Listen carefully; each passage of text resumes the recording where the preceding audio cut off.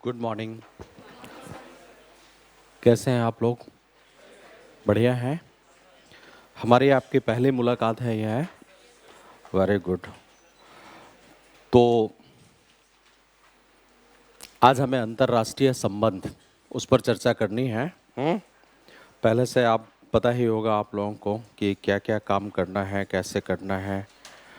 तो सबसे पहले हम थोड़ा सा सिलेबस के बारे में जान लें, क्या पढ़ना है, क्या इम्पोर्टेंस है, कैसे कैसे करना है, और इसके बाद फिर हम लोग आगे चलना शुरू करते हैं, है ना।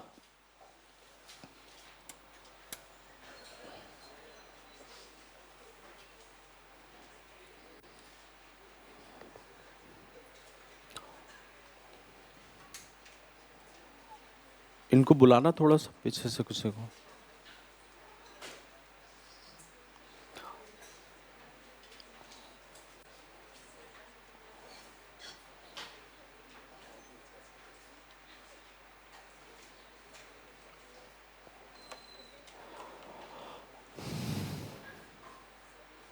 इसका चार्ज नहीं चल रहा है।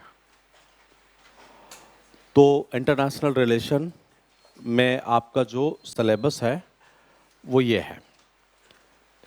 इतने पाठ्यक्रम में इतनी चीज़ें हैं। पहले हम लोग फंडामेंटल्स पर चर्चा करेंगे, फिर भारत की विदेश नीति है, वो भारत और इसके पड़ोसी देशों के साथ संबंध। तो जितने हमारे पड़ोसी देश हैं उन सभी के साथ हम यहाँ पर रिलेशंस को पढ़ेंगे।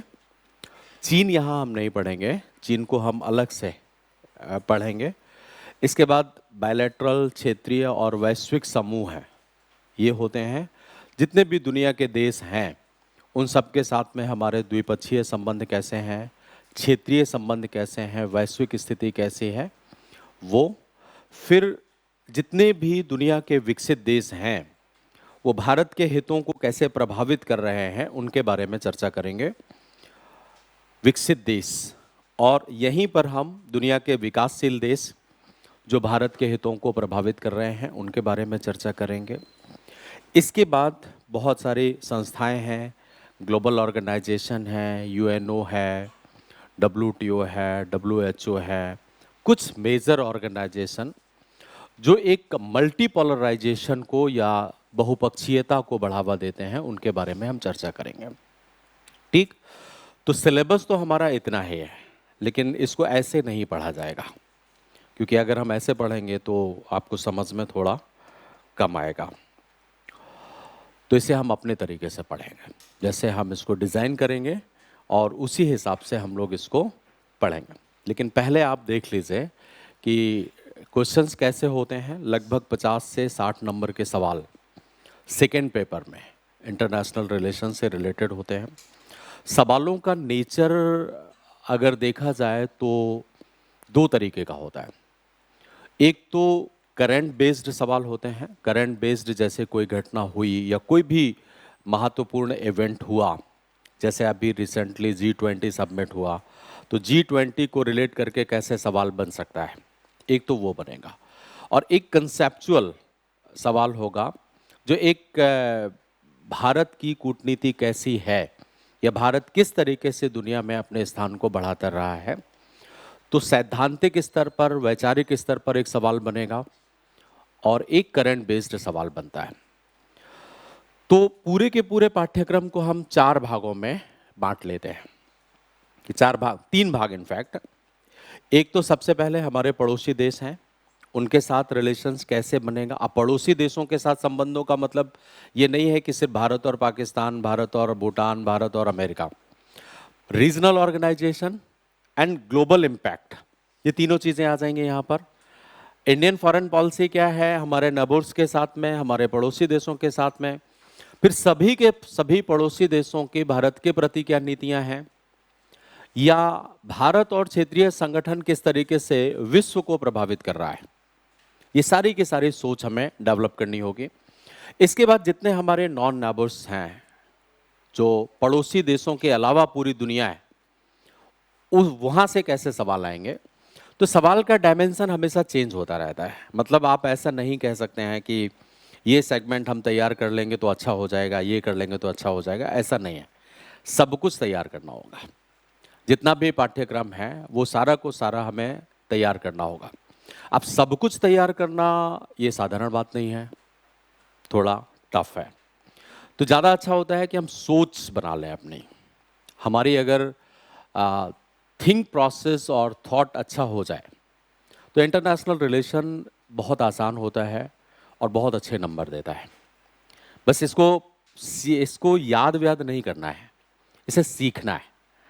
सीखने का मतलब ये हुआ कि जैसे हम ड्राइविंग सीखते हैं ना, ड्राइविंग आती होगी, सभी लोग सीखते होंगे, कुछ ना कुछ तो करते ही होंगे।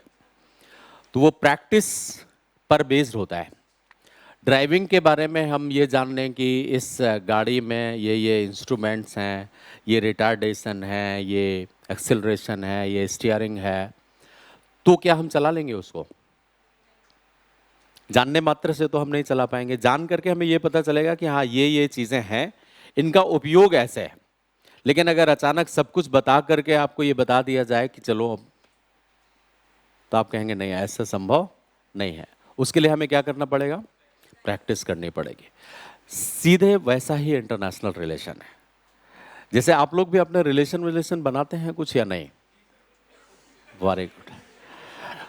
तो जैसे आप रिलेशन बनाते हैं तो अचानक ऐसा तो नहीं होता है कि हाँ भाई इसके साथ हमारे रिलेशंस हैं, ये हमारा दोस्त है और अभी मेट्रो में मिल गया और दोस्ती हो गई, सारी स्थितियां फिट हैं और उसे कहा कि 10,000 रुपये दे दो थोड़ा, तब तो वो नहीं देगा।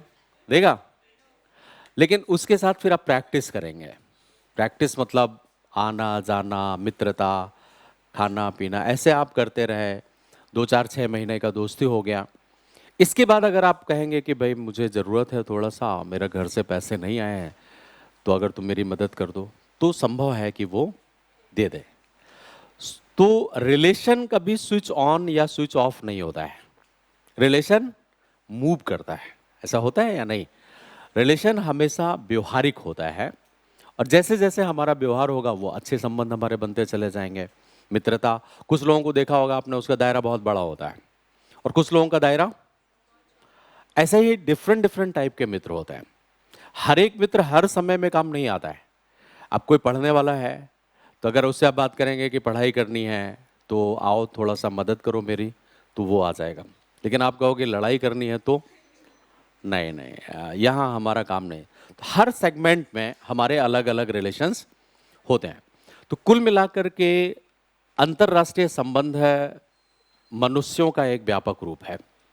राष्ट्र भी तो लोगों से ही मिलकर के ही बनता है ना। तो जैसे हम लोग व्यक्तिगत संबंध बनाते हैं, इंडिविजुअल हमारे रिलेशन होते हैं, वैसे ही दो राष्ट्र आपस में जब रिलेशन डेवलप करते हैं तो वो अपने हितों को देखेंगे। तो यहां पर हमें कुल मिलाकर के अपनी सोच को डेवलप करना है। उसी सोच के आधार पर फिर हम सीख जाएंगे कि कैसे करना है, कैसे कैसे हमारा आगे काम बढ़ेगा। तो ये नॉन नेबर्स स्टेट है आज, वो कैसे कैसे सवाल यहाँ पर पूछे गए। अब जैसे लास्ट ईयर यहाँ से एक भी सवाल नहीं था। लास्ट ईयर 10 नंबर के सवाल नेबर कंट्रीज से, एक श्रीलंका से सवाल पूछा गया। इंस्टीट्यूशंस, ग्रुप्स, एग्रीमेंट, दुनिया भर के जितने भी क्षेत्रीय संगठन हैं, वैश्विक संगठन है, वहां से सबसे ज्यादा सवाल पूछे गए 40 नंबर के। तो अब ये चेंज हो जाता है। जैसे आप यहाँ पर आकर के देखिए तो 2021 में यहाँ से 20 नंबर के सवाल, यहाँ से 30, यहाँ से 0। तो तीनों के तीनों सेगमेंट्स को आप प्रॉपरली ध्यान देंगे तब काम चलेगा। अब बात आती है कि कैसे पढ़ा जाए यहाँ पे। तो आप ऐसे पढ़ना, ये बेसिक्स हैं हमारे। सबसे पहले मैं आपको बेसिक्स बताऊंगा, संबंध कैसे बनाए जाते हैं।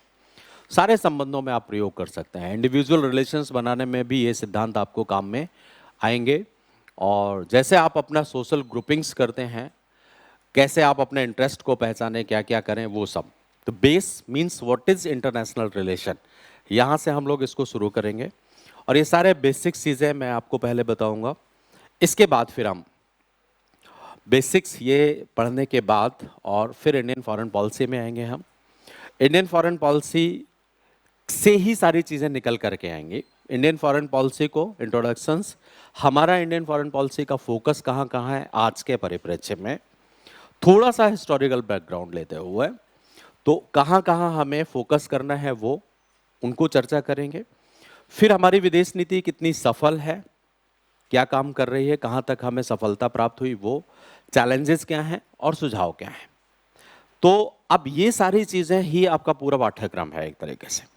इंडियन फॉरेन पॉलिसी को आपने पढ़ा, अब फोकस, जैसे हमने यहां तक आप पहले आएंगे, इंडियन फॉरेन पॉलिसी का इंट्रोडक्शंस क्या है, ध्यान से समझ लेना इस पाठ्यक्रम को कि कैसे हमें पढ़ना है।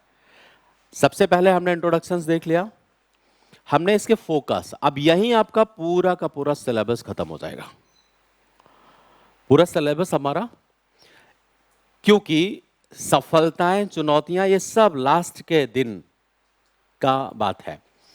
यहां हम फोकस जब करेंगे तो फोकस को हम इस तरीके से बांट लेंगे। भारतीय विदेश नीति के केंद्र बिंदु, सब्जेक्टिव फोकस क्या है हमारे, सब्जेक्टिव फोकस का मतलब आजकल हम किन किन विषयों को लेकर के महत्व देते हैं। जैसे जैसे आप बचपन में आपका सबसे बड़ा इंटरेस्ट क्या होता था जब आप छोटे छोटे बच्चे थे, तो चॉकलेट, खेलना, है ना, पेन पेंसिल, यही इंटरेस्ट होता था या नहीं होता था? आज हाँ हाँ बिल्कुल सही बोले, आज हमारा इंटरेस्ट है स्मार्ट सा मोबाइल होना चाहिए या नहीं, या कुछ बड़ी किताबें, कुछ फिलोसॉफिक अप्रोच होना चाहिए, कुछ इंटरेस्ट बदल गए ना।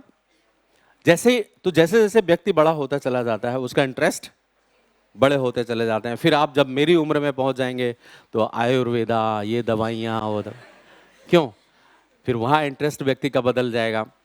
तो यहाँ हम सब्जेक्टिव, हमारा जैसे नेशनल सिक्योरिटी हमारा सबसे महत्वपूर्ण मुद्दा होगा, इसके बाद हम इकोनॉमिक डेवलपमेंट करना चाहेंगे, फिर हम दुनिया में जिस तरीके के उपनिवेशवाद, साम्राज्यवाद या कुछ भी ऐसा चल रहा है जो अमानवीय है उसका हम विरोध करना चाहेंगे, मानवता के लिए हम आगे बढ़ेंगे, ये हमारी फोकस होगा। डिसआर्मामेंट है, पीस, आतंकवाद, इंडियन डायस्पोरा, भौगोलिक, पर्यटन, नई प्रौद्योगिकी 2.0, कूटनीति, ये सारी चीजें। तो ये जितने हमारे सब्जेक्ट हैं उनके बारे में हम पहले फोकस करेंगे, तो हमें पता चल जाएगा कि हम किन किन विषयों पर फोकस कर रहे हैं, कहां कहां हमें ज्यादा काम करना है। ठीक है ना, ये हैं प्लस और भी हैं। जब ये समझ लेंगे तो हमारे पास चीजें पता चल जाएंगी कि किन किन क्षेत्रों में हम यूएस के साथ रिलेशन बनाएंगे और कहां हम रसिया के साथ बनाएंगे, क्योंकि जिसके पास जो चीजें होंगी वही तो बनेगा ना। इसके बाद हम आएंगे क्षेत्रीय आयाम में। क्षेत्रगत आयाम का मतलब यह हुआ कि किस एरिया की तरफ हम कौन से क्षेत्रों में फोकस करेंगे। तो सबसे पहले हम सैद्धांतिक तरीके से हमारी कौन कौन सी कूटनीतियां हैं उन पर चर्चा करेंगे। जैसे हम look east and act east policy, तो भारत पूरब की ओर देखेगा, तो कौन कौन से देशों के साथ क्या क्या रिलेशंस हम ईस्ट में बनाएंगे। आसियान कंट्री है, चाइना है, जापान है, ऑस्ट्रेलिया है, न्यूजीलैंड है, इन सब के साथ हमारे कौन कौन से इंटरेस्ट रहेंगे उनके बारे में हम चर्चा करेंगे, राइट। इसके बाद हम पश्चिम की तरफ देखेंगे, तो पश्चिम में जितने भी देश हैं, पश्चिम एशिया है, मध्य एशिया है, इन सब पर चर्चा करेंगे।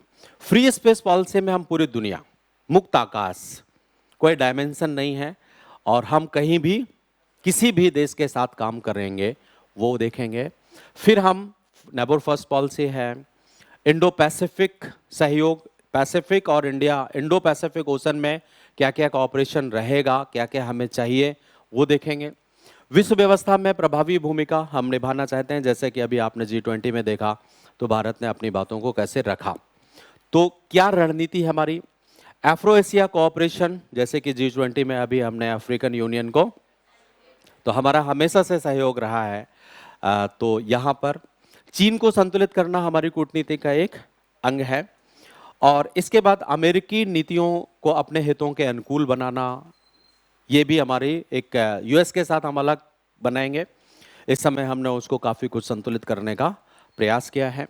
फिर बहुपक्षीयता, जितने भी ग्लोबल ऑर्गेनाइजेशन है ना, उन ग्लोबल ऑर्गेनाइजेशन में हम अपनी प्रभावी भूमिका निभाना चाहते हैं। जैसे कि अभी तक आप सिक्योरिटी काउंसिल के स्थायी सदस्य नहीं है, तो क्यों नहीं है, होना चाहिए या नहीं होना चाहिए, तब नहीं थे तब की बात अलग थी, और आज नहीं है तो बात ठीक नहीं है ना। तब बचपन में हमारा विवाह नहीं किया था, चलो ठीक है हमारा बचपन था, लेकिन अब तो हम जवान हो गए हैं तो अब तो बनता है कि नहीं बनता है? बनता है ना। यहाँ पर हम ये बात को चर्चा करेंगे। इसके बाद हम समबाहु त्रिभुज के तीनों, जब आप समझ लेंगे तो ट्रायंगल्स कैसे बनते हैं, क्योंकि आजकल ज्यादातर सवाल ट्रायंगल्स पर आएंगे, तो वो हम चर्चा करेंगे। इसके बाद ये सारी बातें, समुद्री सुरक्षा और ब्लू इकोनॉमी की तरफ हम जा रहे हैं। ये जानकारी लेने के बाद अब हम इनको व्यवहारिक क्रिया, अब आप पढ़ेंगे क्या चीजें, कहाँ कहाँ कौन कौन से संबंध हैं।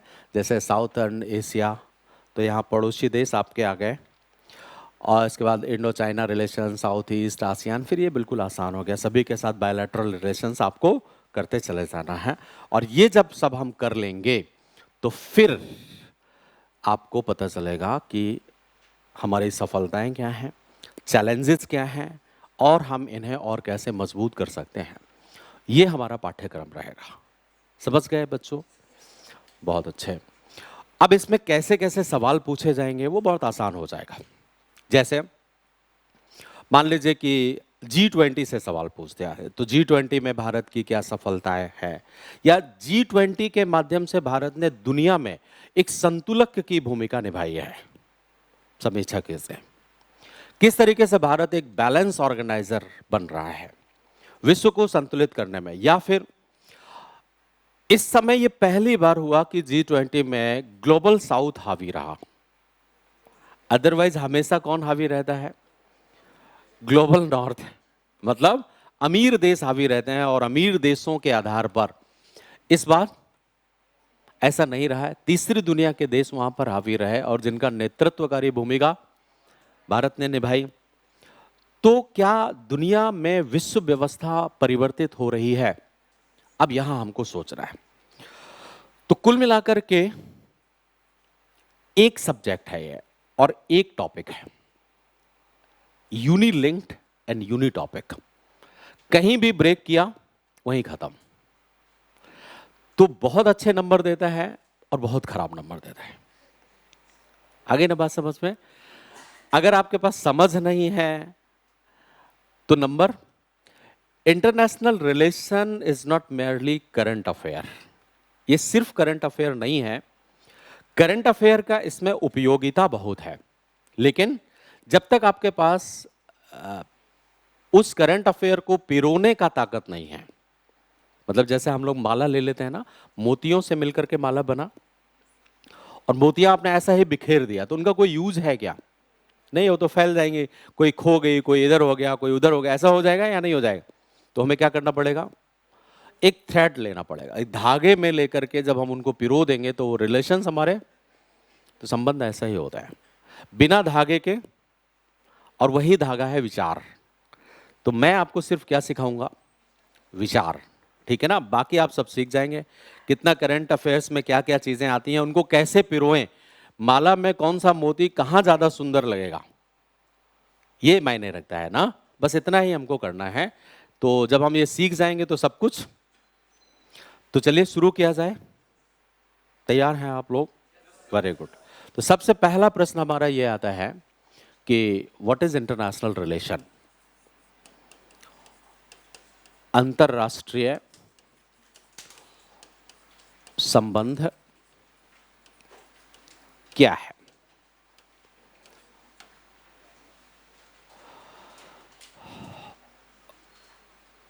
और क्यों बनाया जाता है, ये भी बहुत मायने रखता है। तो दो राष्ट्रों के बीच जब भी कोई ऐसा रिलेशन डेवलप करते हैं जिससे वो अपने हितों को पोषित करें, अपने हितों को आधार बना करके एक राष्ट्र जब दूसरे राष्ट्र के साथ संबंध स्थापित करता है, तो ऐसे संबंधों को हम क्या कहेंगे? अंतरराष्ट्रीय संबंध। अब प्रश्न ये उत्पन्न होता है कि ये राष्ट्र क्या है? कितने लोग जानते हैं? हम इसको अंतरराष्ट्रीय संबंध कहते हैं। हम इसे अंतरराज्यीय संबंध क्यों नहीं कहते?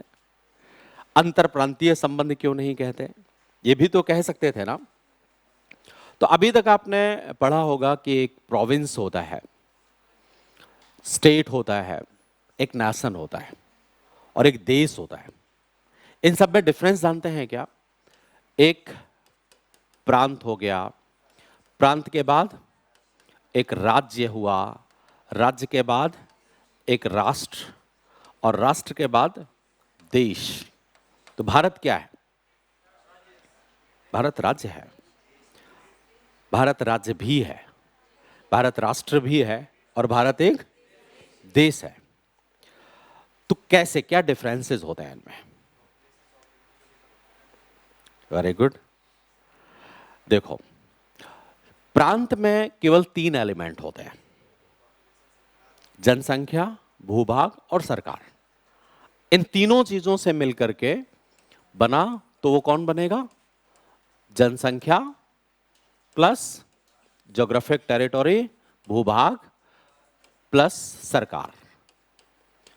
इसके पास सॉवरेनिटी नहीं है, और जब तक संप्रभुता नहीं होगी तब तक दूसरे देश के साथ संबंध बनाने का अधिकार नहीं होगा। हालांकि हमने एक नई चीज ऐजाद की है जिससे हम इनको एक एनवायरनमेंट क्रिएट करने का अधिकार देते हैं, जिसको पैरा डिप्लोमेसी कहा जाता है।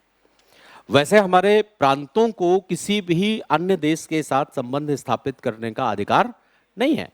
इनके बीच में रिलेशन डेवलप होते हैं, वो इंटर स्टेट रिलेशन कहते हैं हम लोग, जो भारतीय संविधान के भाग 11 के तहत आपने देखा होगा। तो जब 3 एलिमेंट हो तो वो कौन कहलाएगा?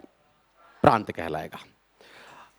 अब अगर हम राज्य को देखें तो प्रांत प्लस संप्रभुता, इसको शामिल कर दिया जाए तो क्या बन गया? राज्य बन गया। संप्रभुता एक नया तत्व है, न्यू एलिमेंट। इसका मतलब होता है कि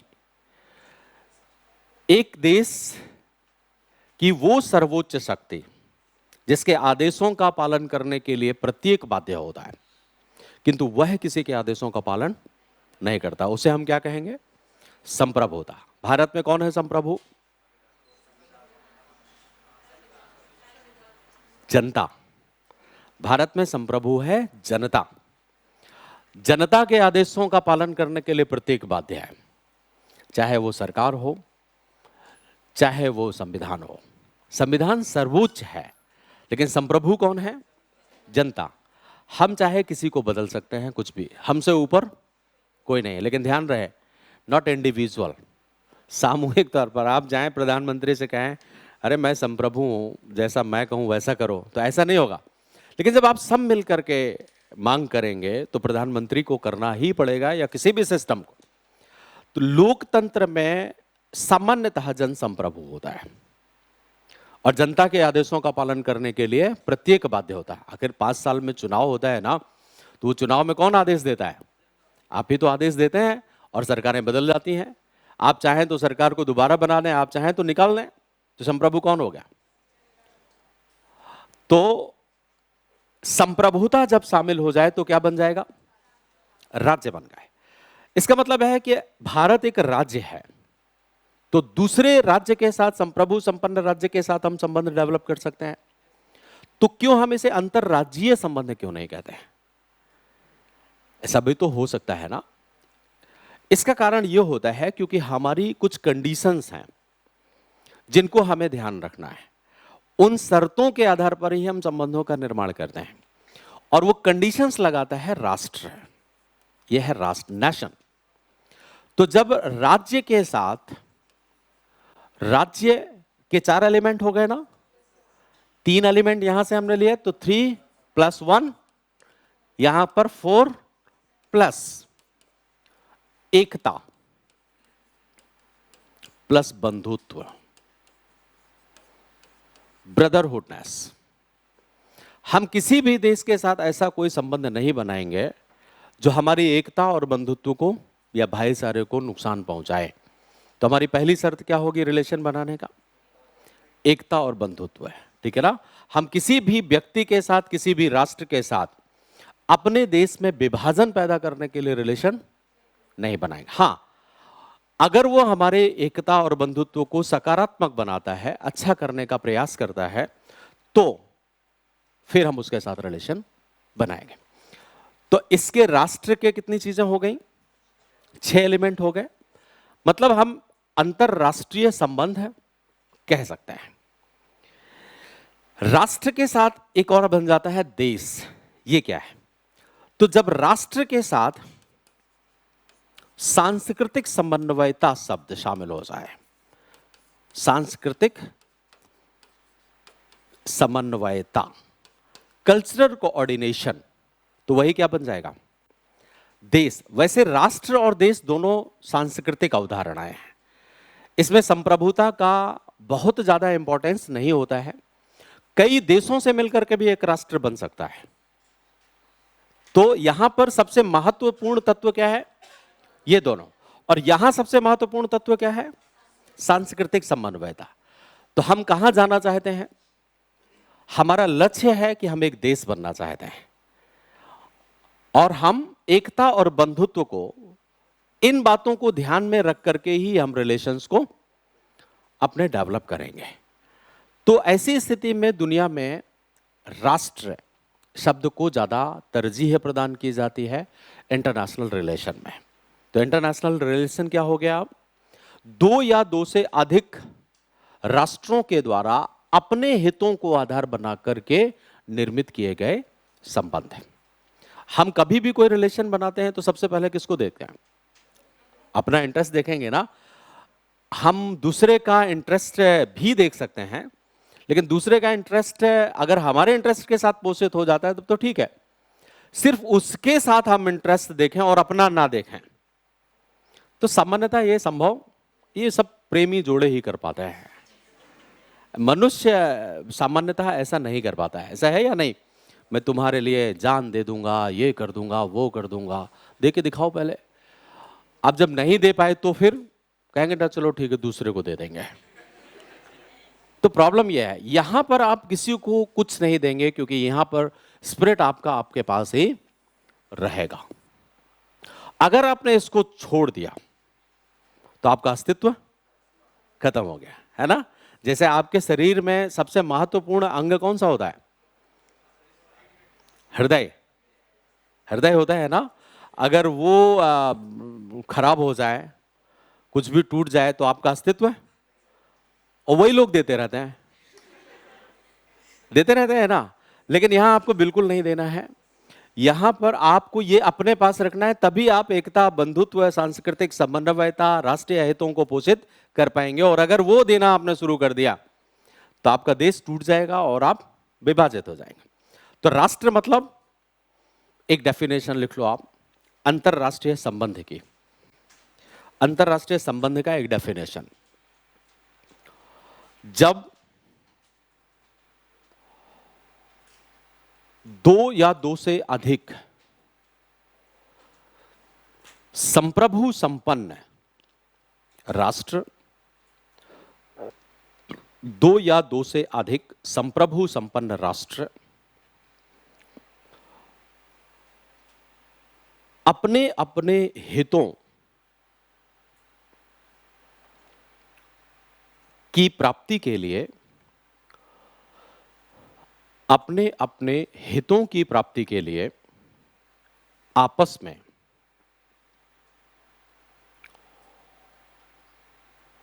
संबंध स्थापित करते हैं,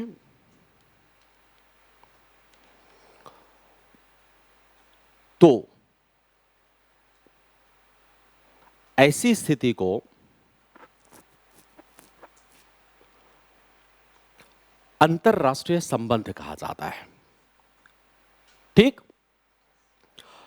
तो ये तो बात समझ लिया कि अंतरराष्ट्रीय संबंध है क्या है। अब प्रश्न उत्पन्न होता है कि अंतरराष्ट्रीय संबंध, इंटरनेशनल रिलेशन क्यों बनाए जाते हैं?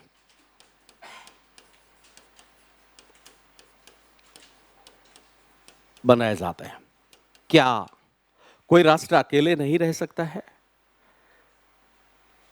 अकेले वो अस्तित्व प्राप्त नहीं कर सकता है? कर सकता है, अगर वो समग्र दृष्टिकोण से संपन्न हो तब। लेकिन आजकल ऐसा संभव है ही नहीं और कभी भी संभव नहीं रहा। एक व्यक्ति भी क्या अकेले रह सकता है?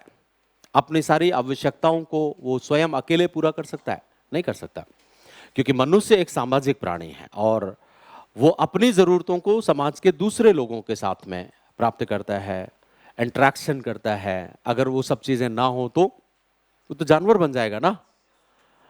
तो मनुष्य जानवरों से अलग है केवल किस लिए? क्योंकि वो एक सामाजिक प्राणी है, उसके अंदर इंटरेक्शन पावर है, अंतःक्रिया है। ऐसे ही एक राष्ट्र अकेले अस्तित्व में नहीं रह सकता। बहुत सारे देशों ने कोशिश करी लेकिन वो रह नहीं पाए। कई कारण हैं इसके, जैसे कि कोई भी देश पूरी तरीके से आत्मनिर्भर नहीं है, उसे किसी ना किसी चीज को लेकर के जरूरतें पड़ती हैं। तो एक कारण तो यह रहता है कि आत्मनिर्भरता की कमी है या नहीं?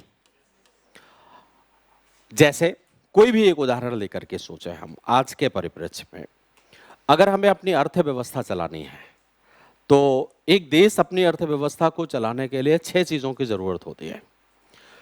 आपको कच्चा माल चाहिए, चाहिए ना, तभी आपकी अर्थव्यवस्था चलेगी।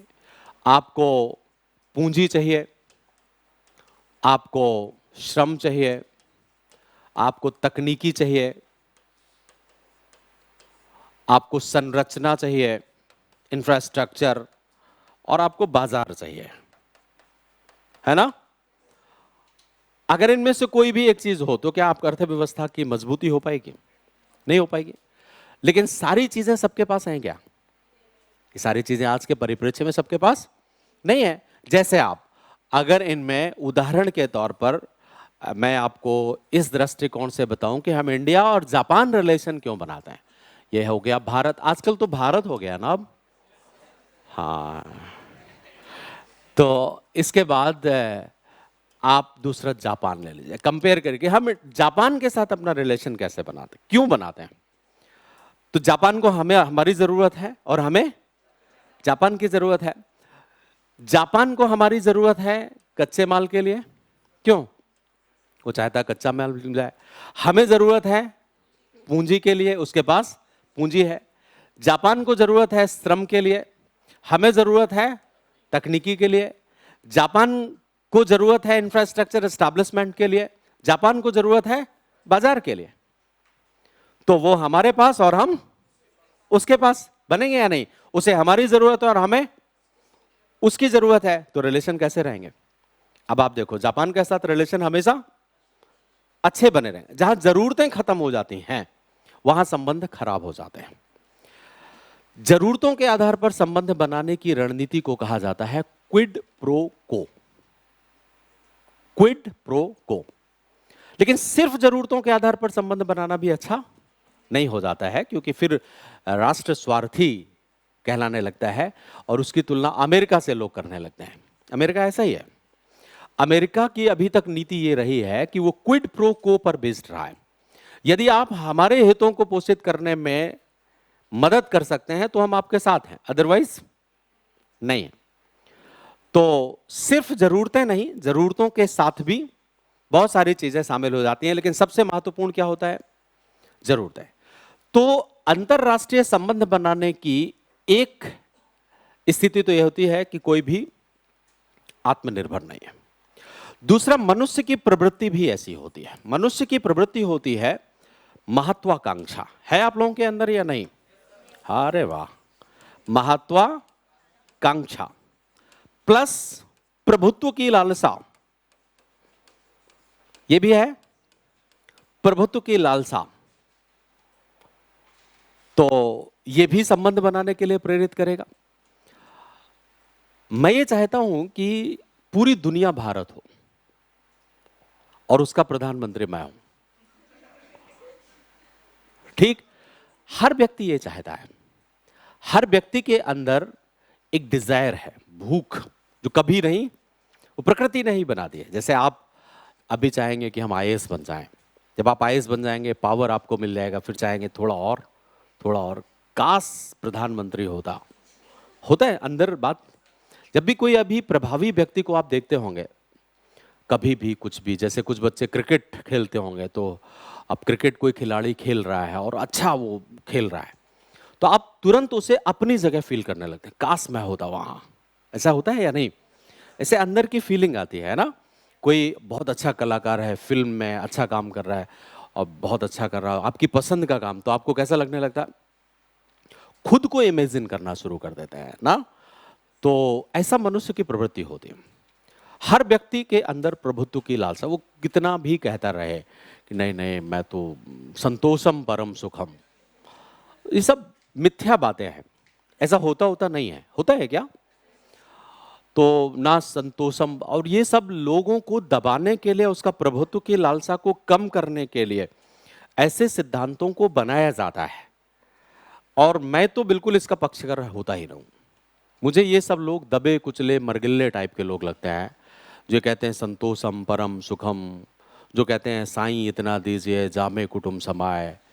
मैं तो कहता हूं खूब दीजिए, और मैं भी खाऊं और दुनिया को खिलाऊं, कैसा रहेगा? तो मेरे पास इतना पावर होना चाहिए, मेरा देश इतना ऊपर होना चाहिए कि पूरी दुनिया का भरण पोषण करने में सक्षम हो, तो हमें ज्यादा आनंद मिलेगा या नहीं?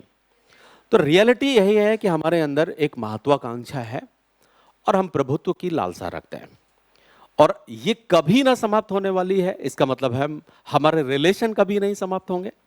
जब तक हमारी प्रवृत्ति ऐसी रहेगी तब तक हमें रिलेशंस बनाने पड़ेंगे, तभी तो होगा।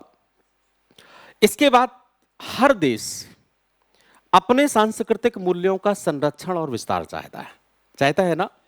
तो एक कारण यह होता है कि हम अपने सांस्कृतिक मूल्यों का संरक्षण एवं विस्तार चाहते हैं। अब आप देखें कि किन मूल्यों का संरक्षण और किन मूल्यों का विस्तार, ये दोनों चीजें आपके रिलेशंस के लिए बहुत महत्वपूर्ण होंगी। जैसे बहुत सारी ऐसी रूढ़ियां होती हैं जो मानवता के लिए अच्छी नहीं है, अगर आप उनका विस्तार करोगे तो दुनिया के साथ रिलेशन खराब हो जाएंगे आपके, हो जाएंगे या नहीं? लेकिन बहुत सारे मूल्य आपकी संस्कृति में ऐसे होते हैं जो बहुत वैल्यूएबल हैं, मानवीयता के लिए अच्छे हैं, उनका आप विस्तार करोगे, उनका संरक्षण करोगे तो लोग अच्छा कहेंगे। जैसे मान लीजिए उदाहरण के तौर पर हमारा एक रूढ़ी रही है सती प्रथा, और हम उसका सराहना करें, दुनिया को कहेंगे सती प्रथा बहुत अच्छी चीज है, स्त्रियों को जब दफना दिया जाता है, ये कर दिया जाता है, तो विश्व के देश हमारी आलोचना करेंगे या तारीफ करेंगे? तो क्या हम इसको संरक्षित कर पाएंगे? क्या हम इसको संरक्षित करके अपने दायरे को बढ़ा सकते हैं, विस्तार दे सकते हैं? इसका मतलब है कि आप अपने सांस्कृतिक मूल्यों को, उन्हीं मूल्यों को व्यापक बना सकते हैं जो मानवीयता के अनुकूल हो। उनको अगर विस्तार करेंगे आप तो आपके रिलेशन बनाने में वो मदद करेगा। फॉर एग्जाम्पल योगा, अगर आपकी संस्कृति का मूल्य योगा है तो योगा को आप संरक्षित करेंगे, और उसका अगर विस्तार करेंगे तो दुनिया के देश आलोचना कर पाएंगे क्या? विरोध कर पाएंगे? नहीं कर पाएंगे। और उनको प्राप्त करना, फिर अगर हम एम्फेसिस करते हैं, दबाव भी बनाते हैं, तो भी उन्हें मानना पड़ेगा। मतलब सामने वाला किस चीज को एक्सेप्ट करेगा, इसका लिटमस टेस्ट क्या है? मानवता। अगर उसमें मानवीय मूल्य, जैसे आप देखो, हम जिम की खूब आलोचना करते हैं, इनफैक्ट मैं तो करता हूं, क्योंकि वो हमारी प्रकृति के अनुकूल नहीं है। जिम होता है ना, आप लोग जाते होंगे, बच्चे जाते हैं युवा अवस्था में लोग, और जा करके फिर वो अपने शरीर को इधर उधर फैला के, कहीं इधर से निकल गए, कहीं इधर से 6 पैक 8 पैक बना करके, और फिर वो कपड़े पहनना पसंद नहीं करता है, कपड़े उतार करके टेढ़ा टेढ़ा चलते हैं। ऐसा करते हैं या नहीं? और तुरंत जहां मौका मिलेगा वहीं कपड़े अपने उतार देंगे। क्या वो स्वस्थ होते हैं शरीर से? उनके मसल्स फैल जाते हैं, स्ट्रेच कर जाते हैं, जबरदस्ती स्ट्राइड दे करके वो करते हैं। तो मुझे लगता है कि भारत में, एक गर्म देश है भारत, वहां पर शरीर को जबरन अगर आप तनाव दे रहे हैं तो नुकसान तो होगा ही। ठंडे देशों के लिए वो ठीक है, क्योंकि उसे आपके शरीर को थोड़ा गर्मी चाहिए। और एक तरफ योगा आपको सारे दृष्टिकोणों से सेटिस्फैक्शन देता है। योगा, अब वहाँ जिम में जाएंगे तो धड़ाम धड़ूम होता रहता है, बहुत सारा म्यूजिक ऐसा बजता है ना, मनुष्य वैसे ही उछलने लगता है।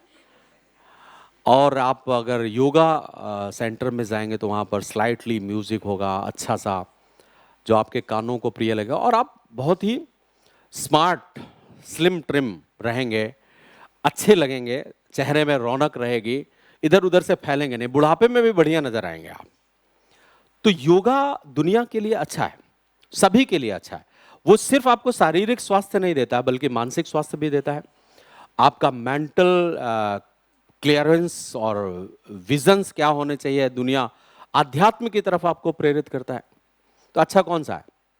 हमें पता है कि जिम से योगा अच्छा है, तो अगर हम दुनिया में कहेंगे नहीं हमारा अच्छा है, तो लोग मानने के लिए बाध्य हो जाएंगे या नहीं? अब कला आपके पास होनी चाहिए कि आप कैसे इसको रिलेटिवली अच्छा बना सकते हैं कि आपका इसके लिए अच्छा है, इसके लिए खराब है। लेकिन हमारा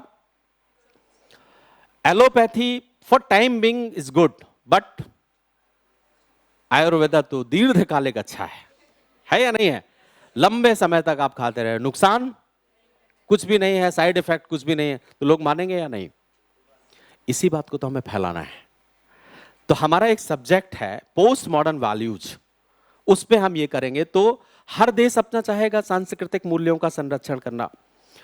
अब क्या हुआ कि जैसे हम गुलाम थे, बहुत दिनों तक हम गुलाम रहे, तो जिस समय अमीर देश हुआ करते थे, उन्होंने अपनी संस्कृति का हमारे ऊपर प्रभाव स्थापित कर लिया।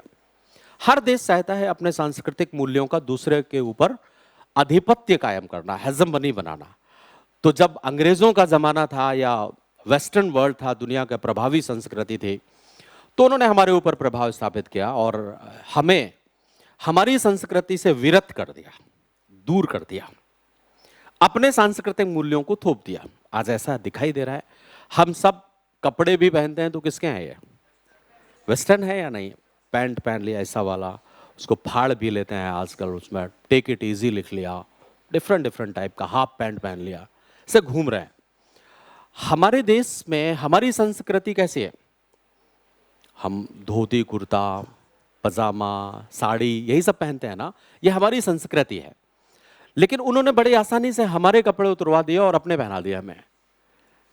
कल्चरल हेजेमोनिक, जबकि उनके कपड़े हमारे स्वास्थ्य के लिए अच्छे नहीं है। सब पहने पहने रेस, गर्मी वाला कपड़े थोड़ी है ये, और हम ज्यादातर समय तो गर्मी में ही रहते हैं, तो बहुत सारा स्किन को खराब होता है, रेसेस आते हैं। ऐसा होता है या नहीं होता? हम धोती कुर्ता हवादार पहनते हैं आराम से, तो अब हम वो कभी भी स्किन को प्रॉब्लम नहीं होगी आपको। कितना बढ़िया था। तो हम नहीं संरक्षित कर पाए उस समय अपनी संस्कृति को, क्योंकि हम गरीब थे। उन्होंने हमारे ऊपर व्हाइट मैन्स बर्डन, उन्होंने ये कहा। अच्छा, बहुत अच्छी बात ये होती है ना, पहले सामने वाले को बेवकूफ घोषित कर दो, तो आपके वैल्यूज को वो, अपने आप को आप इंटेलिजेंट घोषित कर दो कि मैं बहुत होशियार हूं और तुम बेवकूफ हो। जब उसे फील हो जाएगा नहीं मैं तो बेवकूफ हूं, तो आपका अनुसरण करना। तो उन्होंने ये घोषित कर दिया कि आपका कल्चर अच्छा नहीं है, आप कबीलाई हैं, आप ये हैं वो हैं, मेरी संस्कृति बहुत अच्छी है। तो आपने सभी दृष्टिकोण में आपने सिकंजी की जगह कोल्ड ड्रिंक पीना शुरू कर दिया, किया या नहीं? आपने दाल रोटी चावल की जगह पिज्जा बर्गर खाना शुरू कर दिया। इससे बेनिफिट किसको है और सबसे ज्यादा नुकसान किसको है? आपको, क्योंकि आप जब पिज्जा बर्गर एंड तैन दुनिया भर का खाएंगे ना, तो आप 36 विकास होता चला जाएगा आपका।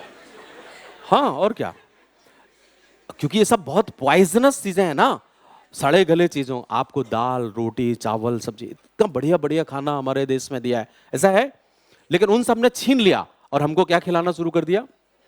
उसने लग्जीरियस बना दिया उसको, ऐसा मतलब वैभव और आभा मंडल कर दिया कि इसको खाने से थोड़ा सा स्मार्टनेस आती है, तो जबरदस्ती खाने लगे। अच्छा भी नहीं लगता फिर भी, और जब खाते रहेंगे तो फिर वो अच्छा लगने लगे, क्योंकि शरीर तो उसी तरीके से ढल जाता है ना।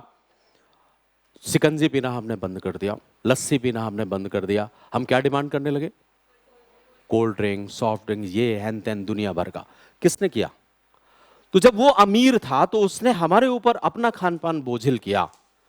आज हम अमीर हो रहे हैं, तो हमें क्या करना चाहिए? हमें शिकंजी की ब्रांडिंग करना है, हमें दाल रोटी चावल सब्जी जो भी हमारा है ना, उसकी ब्रांडिंग करेंगे और सार्वजनिक स्थल पर हम उसको वैभवपूर्ण तरीके से जब हम खाएंगे पिएंगे, तो अंग्रेजों को कैसा लगेगा? अभी G20 में देख लिया आपने कैसा लगेगा, लगेगा या नहीं लगेगा? आना पड़ेगा आपको, ऐसा करना पड़ेगा, क्योंकि यही सही है। तीसरे, जो ग्लोबल साउथ को अगर आप इंटीग्रेट करना चाहते हैं तो ग्लोबल साउथ तो पूरा का पूरा गर्म है। अगर ग्लोबल साउथ को आप इंटीग्रेट करना चाहते हैं तो आपको उनके अनुकूल बताएंगे और उनका तर्कसंगत तरीके से। तो हर देश चाहता है अपने सांस्कृतिक मूल्यों को, तीन बातों में ध्यान रखना, कल्चरल वैल्यूज को संरक्षित करना है, लेकिन कौन से सांस्कृतिक मूल्य संरक्षित हो पाएंगे? जो मानवीय हैं। अमानवीय मूल्य संरक्षित नहीं हो पाएगा, इसलिए हमें हमेशा उसे त्याग करने के लिए तैयार रहना चाहिए। जैसे हमारे देश में ट्रिपल तलाक हुआ करता था। क्या कोई भी, दुनिया के बहुत सारे मुस्लिम वर्ल्ड के देश, उन्होंने ट्रिपल तलाक को बैन कर दिया, खत्म हो गया। जो source of the Muslim world है उन्होंने खत्म, लेकिन हमारे देश में अभी भी चल रहा था। तो खत्म करना जरूरी था या नहीं था? सती प्रथा, बाल विवाह, भ्रूण हत्या, ये सब चीजें अगर आप फिर भी बनाए रखोगे तो कौन कहलाओगे? रूढ़ी कहलाओ, कंजर्वेटिव्स कहलाओगे। और ऐसी स्थिति में इनको आपको समाप्त करना होगा। जब आप समाप्त कर देंगे इनको तो निकल करके आएगा कि फिर आपके पास पॉजिटिव क्या है? योगा, आयुर्वेद, वेदास, कल्चरल कोऑर्डिनेशन, धार्मिक, सेकुलरिज्म, ये सब हमारी ओरिजिनलिटी है या नहीं है? तभी तो ये तो डस्ट जो लगा हुआ है ना ऊपर से, वो गंदगी का डस्ट, उसको हटाएंगे तो निकल करके क्या आएगा? फिर लोग उसको एक्सेप्ट करेंगे और वो काम करेंगे। तो हमारा आज का मोटिव हर देश का यही होता है। अब डिपेंड करता है उसकी परिस्थिति। कभी कभार ऐसा होता है कि दुल्हन जब आपके घर आती है, दुल्हन जानते हो ना, तो वो आपके परिवार के अनुकूल हो जाती है यदि आपका परिवार ज्यादा अच्छा और सांस्कृतिक ज्यादा लग्जरियस है, ठीक है ना, तो वो आपके अनुकूल हो गई। और अगर आपका बेवकूफ टाइप का परिवार है, ऐसा ही उटपटांग हरकतें, तो वो आपके परिवार को चेंज कर देते हैं। ऐसा होता है या नहीं होता? फिर आप वो हो जाएंगे। तो अब निर्भर ये करता है कि आप हैं कैसे। यही स्थिति होती है सीधे। आप वहां दूसरे देश में अपने डिप्लोमेट्स को, जैसे अभी कल परसों में हमारे विदेश मंत्री ने, उनसे मीडिया ने कहा कि बाली में तो रसिया का आलोचना हुई थी और ये किया था, तो उन्होंने कहा वो बाली है, ये दिल्ली है। यहां वही होगा जो हम चाहेंगे। तीसरी दुनिया का एक देश इतनी क्षमता के साथ उसका विदेश मंत्री बोल रहा है कि वो बाली है, ये दिल्ली है। यहां जैसा हम चाहेंगे वही होगा, वहां जैसा पश्चिमी देशों ने चाहा वही हुआ। तो हमें बताना पड़ेगा कि हम कौन है। अब कल को बाली भी क्या करेगा? वो कहेगा नहीं ये बाली है, अब उनका नहीं चलेगा। तो ग्लोबल ग्रुपिंग्स मजबूत होगा या नहीं होगा? यही हम चाहते हैं। तो एक स्थिति है। प्लस चौथा हमारा इंटरनेशनल रिलेशंस का उद्देश्य होता है मानवीय मूल्यों का संरक्षण करना। मूल्यों का संरक्षण, मानवीय मूल्यों के संरक्षण और विकास का मतलब क्या हुआ? जैसे एनवायरमेंट प्रोटेक्शंस। अगर दुनिया में पर्यावरण का उल्लंघन हो रहा है तो उसको संरक्षित करेंगे आप, तभी आपको अच्छा माना जाएगा। आधुनिक और उत्तर आधुनिक मूल्यों का संरक्षण करना। तो जैसे जैसे समाज बदलता चला जाता है, आगे बढ़ता चला जाता है, मॉडर्न और पोस्ट मॉडर्न वैल्यूज प्रभावी होते चले जाते हैं। अब मानवीय मूल्य प्लस आधुनिक एवं उत्तर आधुनिक मूल्य,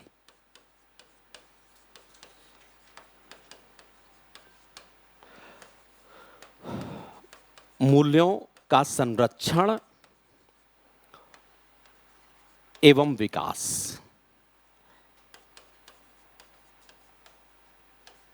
ये इंटरनेशनल रिलेशन के लिए बहुत जरूरी है। इनको समझने की आवश्यकता है आज के परिप्रेक्ष्य में। जैसे आप सब लोग क्या है, मॉडर्न है या नहीं है? यस, सभी लोग आधुनिक हैं? ओके। कैसे पता आपको कि आप आधुनिक हैं? टाइम के साथ चलेंगे तो आधुनिक बन जाएंगे। विचार से ना,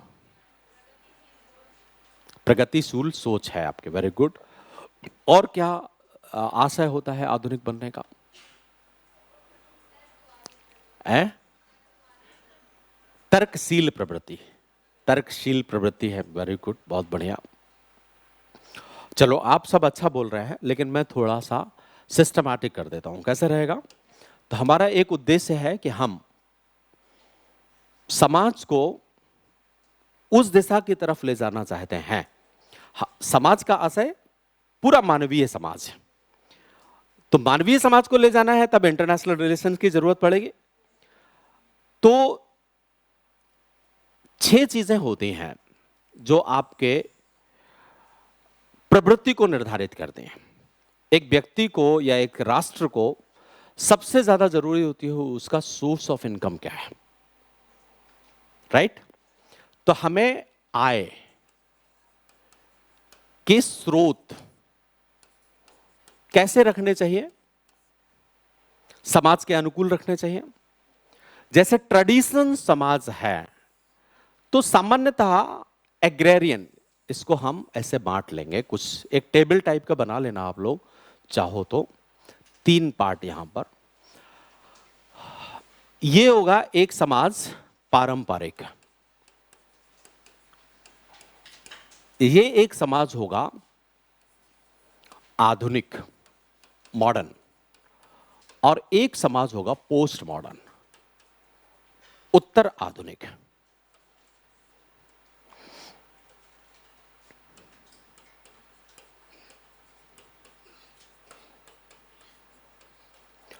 ऐसे अभी आप लोगों ने कहा कि आप सब ये हैं, ऐसा आप कह रहे हैं, मैंने ऐसा बिल्कुल नहीं कहा, ठीक? तो ये 6 चीजों पर निर्भर करता है कि आप कैसे हैं, और आपसे मिलकर देश बनता है तो स्वभावतः आपका देश भी वैसे ही होगा। तो इसके लिए एक जरूरी होता है सोर्स ऑफ इकोनॉमी आपका क्या है, मैक्सिमम पीपल्स का। तो अगर समाज पारंपरिक है तो प्राथमिक स्रोत होंगे। प्राथमिक स्रोत मतलब जहां रॉ मटेरियल्स हो। Primary economy, secondary economy, tertiary economy पढ़ा होगा ना आपने। जैसे एग्रीकल्चर है, फिशिंग है, ये सब किस में आ जाएंगे? प्राइमरी स्रोत में। तो अगर समाज पारंपरिक है तो अर्थव्यवस्था के स्रोत प्राथमिक होंगे, है ना? दूसरा, अगर आधुनिक समाज है तो अर्थव्यवस्था के स्रोत सेकेंडरी होंगे, द्वितीयक। मतलब इंडस्ट्रियलाइजेशन होगा, यहां पर औद्योगिकरण बढ़ेगा और वो चीजें निकल करके आएंगी। अगर पोस्ट मॉडर्न सोसाइटी है तो सर्विस सेक्टर प्रभावी होगा। सर्विस सेक्टर में मूल्य बढ़ते हैं, विचार उन्हीं का व्यापार करते हैं, वहां कच्चे माल का बहुत ज्यादा इंपॉर्टेंस नहीं रह पाता है। तो यहां पर तृतीयक अर्थव्यवस्था, तृतीयक सर्विस प्रोवाइडर क्या है? उनके लिए कोई रॉ मटेरियल होना जरूरी होता है क्या? नहीं, फिर भी आमदनी। आप कितने अच्छे विचार प्रस्तुत कर पाते हैं, कितने वैल्यूज हैं आपके पास, कितनी ज्यादा तर्कशीलता है आपके पास, उतना ही आपकी आमदनी है। तो तृतीयक अर्थव्यवस्था पर यह समाज निर्भर हो जाता है। अब मुझे आप बताओ कि भारत में सोर्स ऑफ इकोनॉमी का मैक्सिमम पार्ट किस पर है? ना, जीडीपी का मैक्सिमम भाग हम कहां से लेकर के आते हैं? इसका मतलब है हमारा देश कैसा है, समझ गए? एक बात, एक लिटमस टेस्ट हो गया। इसका मतलब जीडीपी का मोर देन 67% हम कहां से लेके आ रहे हैं? Service sector. पहले हुआ करता था, अभी भी डिपेंडेंसी यहां पर है, तो लोगों की डिपेंडेंसी प्राथमिक में है, लेकिन जीडीपी का पार्ट। तो इंटरनेशनल रिलेशन में तो हमें जीडीपी देखना है ना, हम कितने अमीर हैं सामूहिक तौर पर। तो एक स्थिति ये आई। दूसरा, शिक्षा, लिटरेसी। इस समय जब आप शिक्षा के बारे में बात करेंगे तो पारंपरिक शिक्षाएं होंगी, जैसे कि धर्म ग्रंथ हैं, उनको पढ़ लिया हमने, या हम धर्म ग्रंथ भी पढ़ते हैं तो ईश्वर को प्रसन्न करने के लिए, वहां भी तर्क नहीं लगाते। जैसे कई बार ऐसा होता है, क्या कर रहे हैं तो हनुमान चालीसा पढ़ रहे हैं, किस लिए? हनुमान जी को खुश करने के लिए। तो 1 मिनट में हमने पढ़ डाला, उसको हमने समझा वमझा नहीं, हमने किस लिए पढ़ा वो? ताकि हम पास हो जाएं। उसमें कोई तर्क वर्क नहीं लगाया। मैं ये नहीं कह रहा हूं धर्म ग्रंथों में अच्छी चीजें बहुत होती हैं, बट हम उन्हें जब समझें तो जय हनुमान ज्ञान गुण सागर साहब, जिसे आपने ज्यादातर संस्कृत विद्यालयों या मदरसों में देखा होगा तो बच्चे हिलते ज्यादा हैं, पढ़ते कम है। तो वो याद कर रहे होते हैं, ऐसा होता है या नहीं? प्रोनाउंसिएशन पर फोकस करते हैं, उनका मेन फोकस किस पर है? प्रोनाउंसिएशन पर है। तो ऐसा नहीं है, अब सिविल सर्विसेज के बच्चे तो हिल नहीं रहे हैं, क्योंकि उनका फोकस प्रोनाउंसिएशन पर नहीं, उनका फोकस समझने पर है कि इसका यूज क्या है, इसका उपयोगिता क्या है जो हम पढ़ रहे हैं। ऐसा है या नहीं? तो यहां पर शिक्षा एक तरीके से पारंपरिक होती है। तर्क के बिना धार्मिक शिक्षा का अध्ययन करना, वो तर्क वर्क नहीं लगाते। यहां ज्यादातर फोकस किस पर किया जाएगा कि ये जो धर्म ग्रंथ हैं ये ईश्वर की वाणी है, इनका उच्चारण करना, इनका पाठ करना से हमें मोक्ष प्राप्त होगा। ऐसा तो शिक्षा पद्धति सामान्यतः पारंपरिक होगी या नहीं? उसका उपयोगिता केवल इतनी ही है कि हमें इसे पढ़ते रहना है ताकि हमें ईश्वर से मुलाकात हो सके। पारंपरिक। यहां पर शिक्षा प्रणाली ट्रेटीज बेस्ड हो जाती है। मॉडर्न में हम वही पढ़ते हैं जो हमारे लिए मुनाफा दे। ऐसा है या नहीं? मतलब हम इंजीनियरिंग करेंगे, हम डॉक्टर बनेंगे, कुछ भी पढ़ेंगे किस लिए? तो लोगों के अंदर दिमाग में यह बात आने लगती है कि पढ़ें क्यों? नौकरी मिलेगी क्या? फायदा होगा क्या? क्या पढ़ाई पढ़ें जिससे हमें प्रॉफिट हो? तो प्रॉफिट के लिए 90s या बिफोर 70s टू 90s में यही चीज थी। 1970 के दशक से लेकर के 90 के दशक तक स्थितियां, या 2000 तक, इनफैक्ट अभी भी ऐसा होता है, तो लोग क्या पढ़ते थे? जिससे फायदा हो, नौकरी लगे और मुनाफा हो। तो यहां पर शिक्षा व्यवसाय आधारित हो गई है ना, व्यवसाय आधारित। तो अगर आप व्यवसाय आधारित शिक्षा प्राप्त कर रहे हैं तो आप कौन है? मॉडर्न है। शिक्षा का प्रयोग अगर आप अपने व्यवसाय को बढ़ाने में कर रहे हैं तो आप मॉडर्न हैं। यहां पर एक व्यक्ति उस सब के बारे में जानकारी रख रहा है जिसका उसका व्यवसाय है, लेकिन बाकी चीजों के बारे में वो कोई जानकारी नहीं रखता। जैसे आप एक गोल्ड स्मिथ के पास चले जाइए, सुनार के पास, उसे पूछ लीजिए कि सोना का क्या भाव कब है, कैसे रहा, क्या हुआ, कहां पाया जाता है, कहां से निकलता है, कहां से आता है, सब कुछ बता देगा। फिर उससे कहिए कि लोहे के बारे में आपकी क्या जानकारी? नहीं भाई साहब, ये तो, उसे सिर्फ किसके बारे में जानकारी है? सोने के बारे में, और वो सारा कुछ बता देगा। लोहे वाला व्यापारी लोहे के बारे में बता देगा। इन्होंने जो भी पढ़ा है, जो अध्ययन किया है, वो सिर्फ इसमें। यहां शिक्षा मानवीय मूल्यों पर आधारित हो जाएगी, ठीक है ना। तर्क, जैसे आप लोग हैं सब कुछ जानते हैं थोड़ा थोड़ा, एक चीज है जो स्पेसिफिक है, बाकी सब कुछ, तो ये हर चीज के बारे में बता देगा। एक तरीके से इसका दायरा कैसा हो गया? व्यापक हो गया। यहां पर शिक्षा मानवीय मूल्यों पर आधारित होने लगेगी, पर आधारित। अब ऐसा वो कहेगा कि ठीक है, नौकरी पाने के लिए तो चलो ठीक है, हमने पढ़ लिया, लेकिन हमें और भी बहुत सारी चीजें जानना है। अवेयरनेस होनी चाहिए, हर समाज के बारे में हमें जानकारी प्राप्त करनी है कि कौन क्या चीजें होती हैं। जानता है, बड़ा बेसिक, बड़ा बेसिक एजुकेशन एरिया होता है इसका। तो इसके बाद जैसे आज के बारे में मानवीय मूल्यों पर आधारित मानवीय विज्ञानों के बारे में पढ़ते हैं। मान लीजिए आप इंजीनियर बनकर के भी आए हैं, फिर भी आप मनोविज्ञान पढ़ रहे हैं, आप राजनीति विज्ञान पढ़ रहे हैं, आप समाज शास्त्र, आप दर्शन पढ़ रहे हैं। क्यों पढ़ रहे हैं? ताकि हम एक ह्यूमन इमेंसिपेशन की तरफ जाएं। हम मानवता को दिशा कैसे प्रदान कर रहे हैं, जैसे आप इंजीनियर बन गए तो आपने व्यवसाय के लिए काम करना शुरू कर दिया, लेकिन क्या आप सिर्फ व्यवसाय करना चाहते हैं? आज आज की सोच व्यक्तियों की क्या है? What is the art of interaction? मैं समाज में प्रभाव स्थापित करना चाहता हूं। प्रभाव स्थापित कैसे होगा? जब मेरा इंटरेक्शन पावर अच्छा होगा, अंतः क्रिया अच्छी होगी, सरल होगी, लोगों के समझ में आएगी, तो प्रभाव स्थापित होगा या नहीं? एक राजनेता भाषण देता है तो लोग भाग जाते हैं, दूसरा राजनेता भाषण देता है तो लोग आ जाते हैं, तो पावरफुल कौन हुआ? दूसरा वाला हुआ ना। आज लोगों की चाहत क्या है? जैसे आप देखो, सोशल मीडिया में बहुत सारा चीजें डालते रहते हैं। क्यों? आपका मन कर रहा है, या आप ये चाहते हैं कि मैंने बहुत अच्छा किया है तो लोग इसको लाइक करें, इस पर कमेंट करें, इसलिए ना। अब आपकी बातों को अगर ऐसे आप बोलेंगे तो कोई नहीं सुनेगा, तो आपने कहां डाल दिया? सोशल मीडिया में। तो कुछ लोग आपको, और अगर आप बहुत अच्छा कर पाएंगे तो सोशल मीडिया में आप पॉपुलर हो जाएंगे। ऐसा है नहीं? मनुष्य की आज चाहत क्या है? वो सिर्फ अब भोजन करने से संतुष्ट नहीं है, उसका जो प्रभुत्व की लालसा है वो बहुत बढ़ चुकी है इस जमाने में। और वो क्या चाहता है? हाँ, फेमस होना। तो फेमस होने के लिए वो कुछ भी, कई बार गलत भी कर जाता है।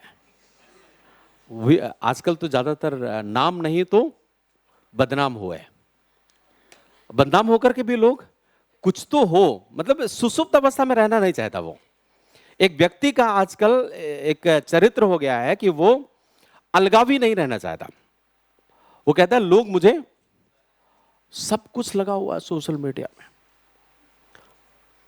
तो वहां जाकर के वो पॉपुलर। आपने व्यवसाय किया, उसको भी आप कहां लेकर के जा रहे हैं? मानवीय मूल्य आजकल ज्यादातर लोग इस पर फोकस कर रहे हैं। ये सर्विस प्रोवाइडिंग्स को बहुत मजबूत करता है, ठीक। इसके अंदर अभिव्यक्ति की कला आ जाती है, और अपनी अभिव्यक्ति से ही ये अपना जीवन यापन कर लेता है, और उससे अपना दायरा भी व्यापक बना लेता है। जैसे सिविल सर्विसेज के मास्टर क्या है ये? कुछ 1 किलो 2 किलो आपको कभी देते हैं? नहीं, सिर्फ आते हैं, भाषण देते हैं, चल देते हैं, और धन सृजित कर लेते हैं। तो ये कौन है? जो अपने ज्ञान को इंप्लीकेट करने में सक्षम हो। Knowledge is implication of reason. अगर हमारे पास तर्क है, कुछ भी तर्क है, तो हम एक्सप्रेस नहीं कर पाते हैं। जब तक हम एक्सप्रेस नहीं कर पाते हैं तो तर्क का सिर्फ मशीनीकरण हो जाता है, और जैसे ही हमने तर्क का एक्सप्रेस करना शुरू कर दिया तो वो तर्क ही आपके कमाई का साधन बन जाएगा। ऐसा है या नहीं? So knowledge is implication of reason. यहां पर आप अपने ज्ञान का मशीनीकरण करते हैं, और यहां पर एक्सप्रेस करते हैं। तो यहां पर 1 किलो 2 किलो कुछ भी जरूरत आपको नहीं है। तो एजुकेशन का दायरा कैसा हो गया? बढ़ गया ना। आजकल ज्यादातर लोग क्या चाह रहे हैं? यही मानवीय विज्ञानों में इस तरीके से आगे बढ़ रहे हैं। इसके बाद तीसरी स्थिति आती है अर्बनाइजेशन की, शहरीकरण, अर्बनाइजेशन। यहां पर लेस अर्बनाइजेशन होता ही नहीं। इनफैक्ट शहरीकरण का मतलब क्या होता है? जहां पर मूलभूत आवश्यकताएं पूरी हो जाएं। मूलभूत आवश्यकता जैसे स्वास्थ्य, जल, चिकित्सा, शिक्षा, ये सारी चीजें हों तो वो समाज अर्बनाइज्ड है। यहां पर समाज अर्बनाइज्ड नहीं था। स्वास्थ्य, पानी, ऐसे आप उदाहरण के साथ समझो, आज से 50 साल पहले चले जाओ और आप अपने ग्रैंडफादर से पूछना जो ग्रामीण परिवेश में रहते हो कि शुद्ध जल क्या है, तो वो कहेंगे कि running water is pure water. सुना है आप लोगों ने? बह रहा है पानी, वो कौन है? शुद्ध जल है। तो जाओ, यमुना में बह तो रहा है, क्या आप पी सकते हैं? नहीं पी सकते ना। इसका मतलब है कि इस समय शुद्ध जल का डेफिनेशन प्रॉपर नहीं था। बरसात में जो चरवाहे अपने जानवरों को चराने जाते थे तो पानी लेके नहीं जाते थे, वो कहीं का भी पी लेते थे। इम्यून पावर स्ट्रांग होता था उस समय उनका, तो वो शुद्ध जल नहीं है। तो यहां पर आप शहरीकरण लेस, मतलब न्यून शहरीकरण, ना के बराबर। यहां पर केंद्रीकृत शहरीकरण था, केंद्रीकृत शहरीकरण। जैसे केंद्रीकृत शहरीकरण का मतलब क्या हुआ, एक जगह पर बेसिक नीड को पूरा कर दिया। जैसे मान लो एक जगह एक उद्योग लगाया, ठीक है, और वहां पर बहुत सारे श्रमिक काम कर रहे हैं, तो उनके बच्चों को पढ़ाई के लिए यहां पर एक स्कूल बना दिया, उनके स्वास्थ्य के लिए वहां पर एक हॉस्पिटल बना दिया, यहां पर एक कुछ पावर प्लांट्स लगा दिया, ये कब, तो सारी सुविधाएं कहां, इस उद्योग के सराउंडिंग आपने दे दी। अब दूर दराज ग्रामीण क्षेत्र से रहने वाले लोग कहां आ गए, यहीं रहने लगे। उद्योग में काम करने वाले मजदूरों के बच्चे तो पढ़ ही रहे हैं, प्लस ग्रामीण क्षेत्र में जो भी अपने बच्चों को पढ़ाना चाहता वो कहां, वो यहां आ गया। तो गांव से लोग कहां आना शुरू कर देते हैं। ऐसी स्थिति को हम क्या कहेंगे, केंद्रीकृत शहरीकरण। ऐसा होता है या नहीं, आज भी हमारे देश में ऐसे ही। आखिर आप लोग यहां क्यों आए, इसीलिए ना, क्योंकि आपको वो सारी सुविधाएं आपको आपके शहर या आपके गांव में नहीं मिल पाई, तो आपको आना पड़ा। लेकिन अगर यही सुविधाएं आपको वहां मिल गई होती तो क्यों आते हैं यहां पर, पोल्यूशन में रहने के लिए, इन सब चीजों में, भीड़ भाड़ वाले शहर में नहीं आते ना। तो जो पोस्ट मॉडर्न होता है वो ऐसा ही होता है, डिसेंट्रलाइज, रिवर्स अर्बनाइजेशन। ये क्या करेगा, विकेंद्रीकृत शहरीकरण, विकेंद्रीकृत शहरीकरण। आज आप देखिए, इंफॉर्मेशन टेक्नोलॉजी ने विकेंद्रीकृत शहरीकरण को बढ़ावा दिया। अभी आप में से बहुत सारे बच्चे घर में बैठ के ही सुन रहे होंगे, मुझे सुन रहे होंगे, वो नहीं आए, यहां पर नहीं आए, उन्हें जरूरत नहीं लगी तो वो नहीं आए। तो कुछ लोग हमसे साक्षात रूबरू होना चाहते हैं, वो आ गए। कुछ आभासी माध्यम से होना चाहते हैं तो वो कहते हैं नहीं ठीक है, हम यहीं से देख लेंगे, तो वहीं बैठे हैं। सो डिसेंट्रलाइज।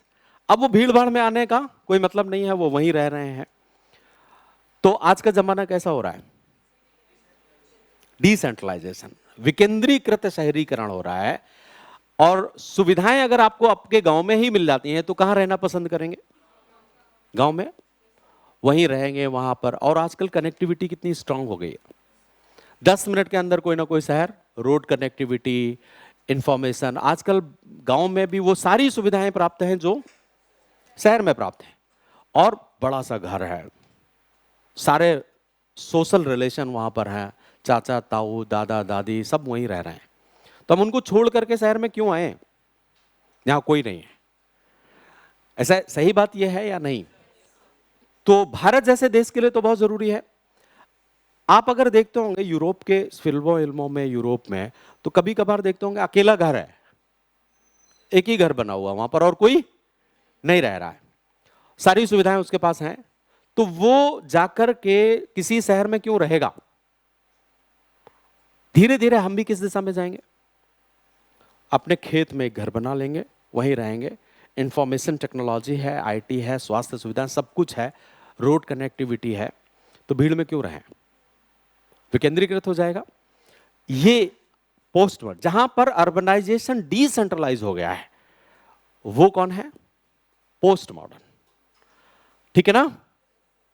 तो शहरीकरण हो गया। इसके बाद प्रति व्यक्ति आय, चौथा लक्षण क्या होता है, पर कैपिटा इनकम, प्रति व्यक्ति आय। यहां पर कैपिटा इनकम था ही नहीं, फैमिली इनकम था। एग्रेरियन सोसाइटी में, कृषि प्रधान में, एक पूरा परिवार, जमीन का एक टुकड़ा होता है, सारे लोग उसमें लगे रहते हैं, मुखिया उसका एक होता है, वही सारा कुछ व्यवस्थाएं करता है। किसी व्यक्तिगत तौर पर किसी की संपत्ति होती है क्या, कुछ पारिवारिक आय होती है, family income, no per capita income. तो पर कैपिटा, क्योंकि एक ही खेत है वहां पर, अगर 4 भाई हैं तो वो भी लगे हुए हैं, 10-15 लोग लगे हुए हैं, उसी से जो आमदनी होगी उसी से उनका जीवन यापन चलता रहेगा, मतलब नो पर कैपिटा इनकम। यहां पर प्रति व्यक्ति आय उत्पन्न होती है पहली बार, लेकिन श्रम आधारित होती है। जितनी मेहनत करोगे उतना मिलेगा, डिपेंड्स ऑन लेबर। तो यहां प्रति व्यक्ति आय किस पर आधारित, श्रम आधारित प्रति व्यक्ति आय।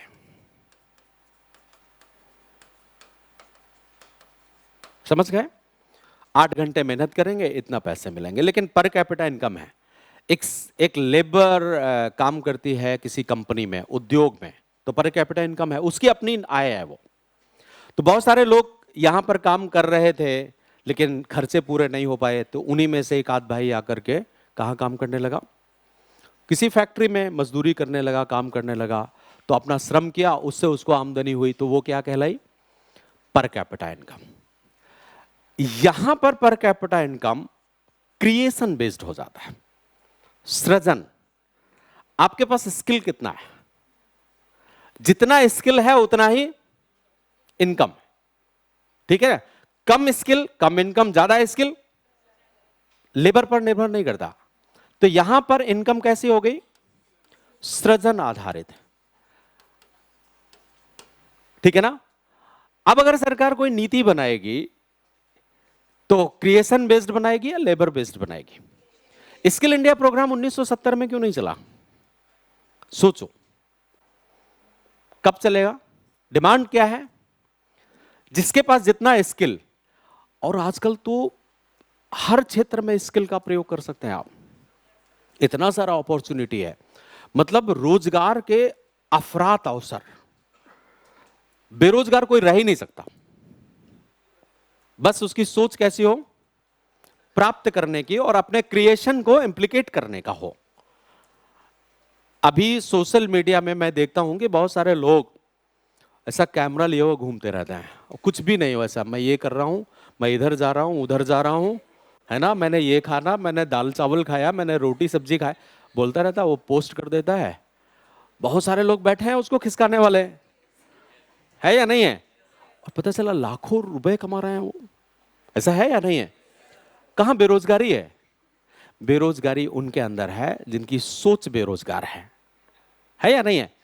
अभी हमने देखा कि महिलाएं जो गृहिणी हुआ करती थी, खाना बनाती हैं, अपने घर में ही रहती, हाउस वाइफ्स, तो क्या कर रही हैं आजकल कि वो एक कैमरा, उनको फोन तो है ही, उसको अपने किचन में ऐसे रख लिया, अब मैंने धनिया डाला, अब मैंने मिर्चा डाला, अब मैंने ये डाला, खाना बनकर के तैयार, पोस्ट। बहुत सारे लोग देखेंगे दाल कैसे बनाया जाता है तो सर्च करेंगे, तो उन्होंने सर्च किया, उनका भी आ गया, उन्होंने देखा चलो ठीक है ऐसा ही बनाना है, तो उनके सब्सक्राइबर बढ़ते चले गए, एक समय आया उनका भी, और इंटरेस्ट, क्रिएशन बढ़ेगा या नहीं बढ़ेगा? इसमें सीखने की प्रवृत्ति बढ़ेगी, अरे साहब ऐसा दाल बनाया था, अब ऐसा बनाएंगे तो ये और ज्यादा लाइक्स आएंगे। तो आजकल लोग लाइक्स पर हैं, है या नहीं? और likes it means interaction power. अगर हमने ये पसंद करना शुरू कर दिया कि मुझे लोग कितना पसंद करते हैं, स्वभावतः हमारा सामाजिक ओहदा बढ़ेगा, दायरा बढ़ेगा या नहीं? और आजकल जमाना किस चीज का है? तो क्रिएशन बेस्ड है, जितना अच्छा हुनर उतना अच्छा प्रभाव, आज ये जमाना आ रहा है। इसके बाद मोबिलिटी, पांचवा चरित्र होता है समाज के बढ़ने का, मोबिलिटी, गत्यात्मकता, डायनामिज्म। इस समय डायनामिज्म कुछ था क्या? एक व्यक्ति से पूछो कि कितना आपका ज्ञान आधार है। आपने एक बात सुनी होगी पुराने जमाने के लोगों को, जैसे आप उस समय जाएं, पूछें कि आपका बेटा कहाँ है दादी से, तो वो कहती थी परदेश गया है। और जानते हैं परदेश का मतलब क्या होता था? दूसरा गांव। इसका मतलब उनका देश का दायरा कितना था? वो छोटा, बाकी क्या है? परदेश। तो डायनामिज्म मतलब आपका दायरा, आपका नॉलेज दायरा, आप कहां तक हैं, तो उनका बहुत छोटा सा होता था। इस दुनिया कितनी है? छोटी सी। तो यहां पर दुनिया बहुत छोटी है, वो गांव ही उनकी दुनिया है। यहां जहां तक मेरा व्यवसाय है वहां तक मेरी दुनिया है। जैसे मैंने आपको बताया, एक सुनार, उससे पूछ दो कि आपका गोल्ड कहां तक है, तो दुनिया में वो सब कुछ बता देगा कि कहां कहां से कैसा आता है। तो यहां रेवेरियन वर्ल्ड है, अपने ज्ञान के या अपने व्यवसाय के आधार पर हम सब कुछ जानते हैं, लेकिन और यहां सब कुछ। आज के जमाने के लोगों को पूछ लीजिए आप, यूएस में कोई घटना होती है तो थोड़ी देर बाद यहां चर्चा का विषय बन जाती है। ऐसा है या नहीं है? कितना बड़ा दायरा। गत्यात्मकता मतलब नॉलेज, आपका जो डायनामिज्म है वो कितना व्यापक है। अभी लोगों से बात करिए तो गांव में चले जाइए ना, तो आजकल वो जो बिडेन की बातें कर रहे होते हैं,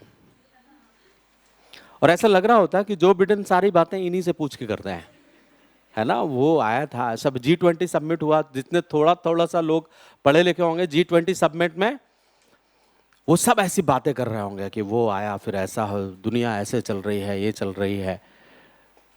कितनी अच्छी बात है या नहीं?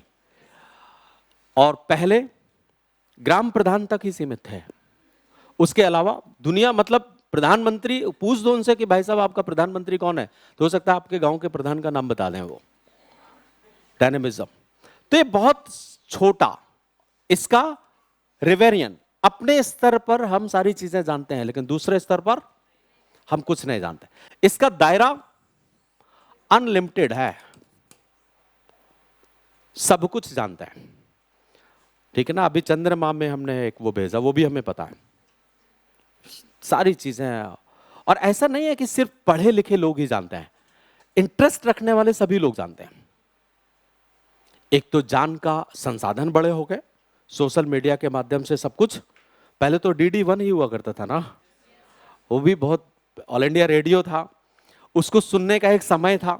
इस समय समाचार आएंगे, उसको लोग कंसंट्रेट होकर के सुनते थे। आज समाचार पैदा बाद में होता है, आप पहले जाता है। ऐसा तक होने लगा है कि ये अब होने वाला है। तो यहां पर मोबिलिटी का दायरा बड़ा हो गया है या नहीं? इसके बाद है ग्रोथ रेट, समृद्धि दर। अब मुझे आप बताओ, ग्रोथ रेट किसका ज्यादा होगा? इसका, इसका होगा या नहीं? इसमें यह है कि आप कितना सोच लो, आज सुबह कितना कमाना है, तो शाम तक हो सकता है आप वहां था। यहां पर ऊपर वाले पर निर्भर करता है, ओले गिर जाएंगे तो कुछ नहीं होगा, या ये हो जाएगा, यह हो जाएगा, कुछ भी हो जाएगा। होगा या नहीं? यहां पर ग्रोथ रेट कैसा होगा?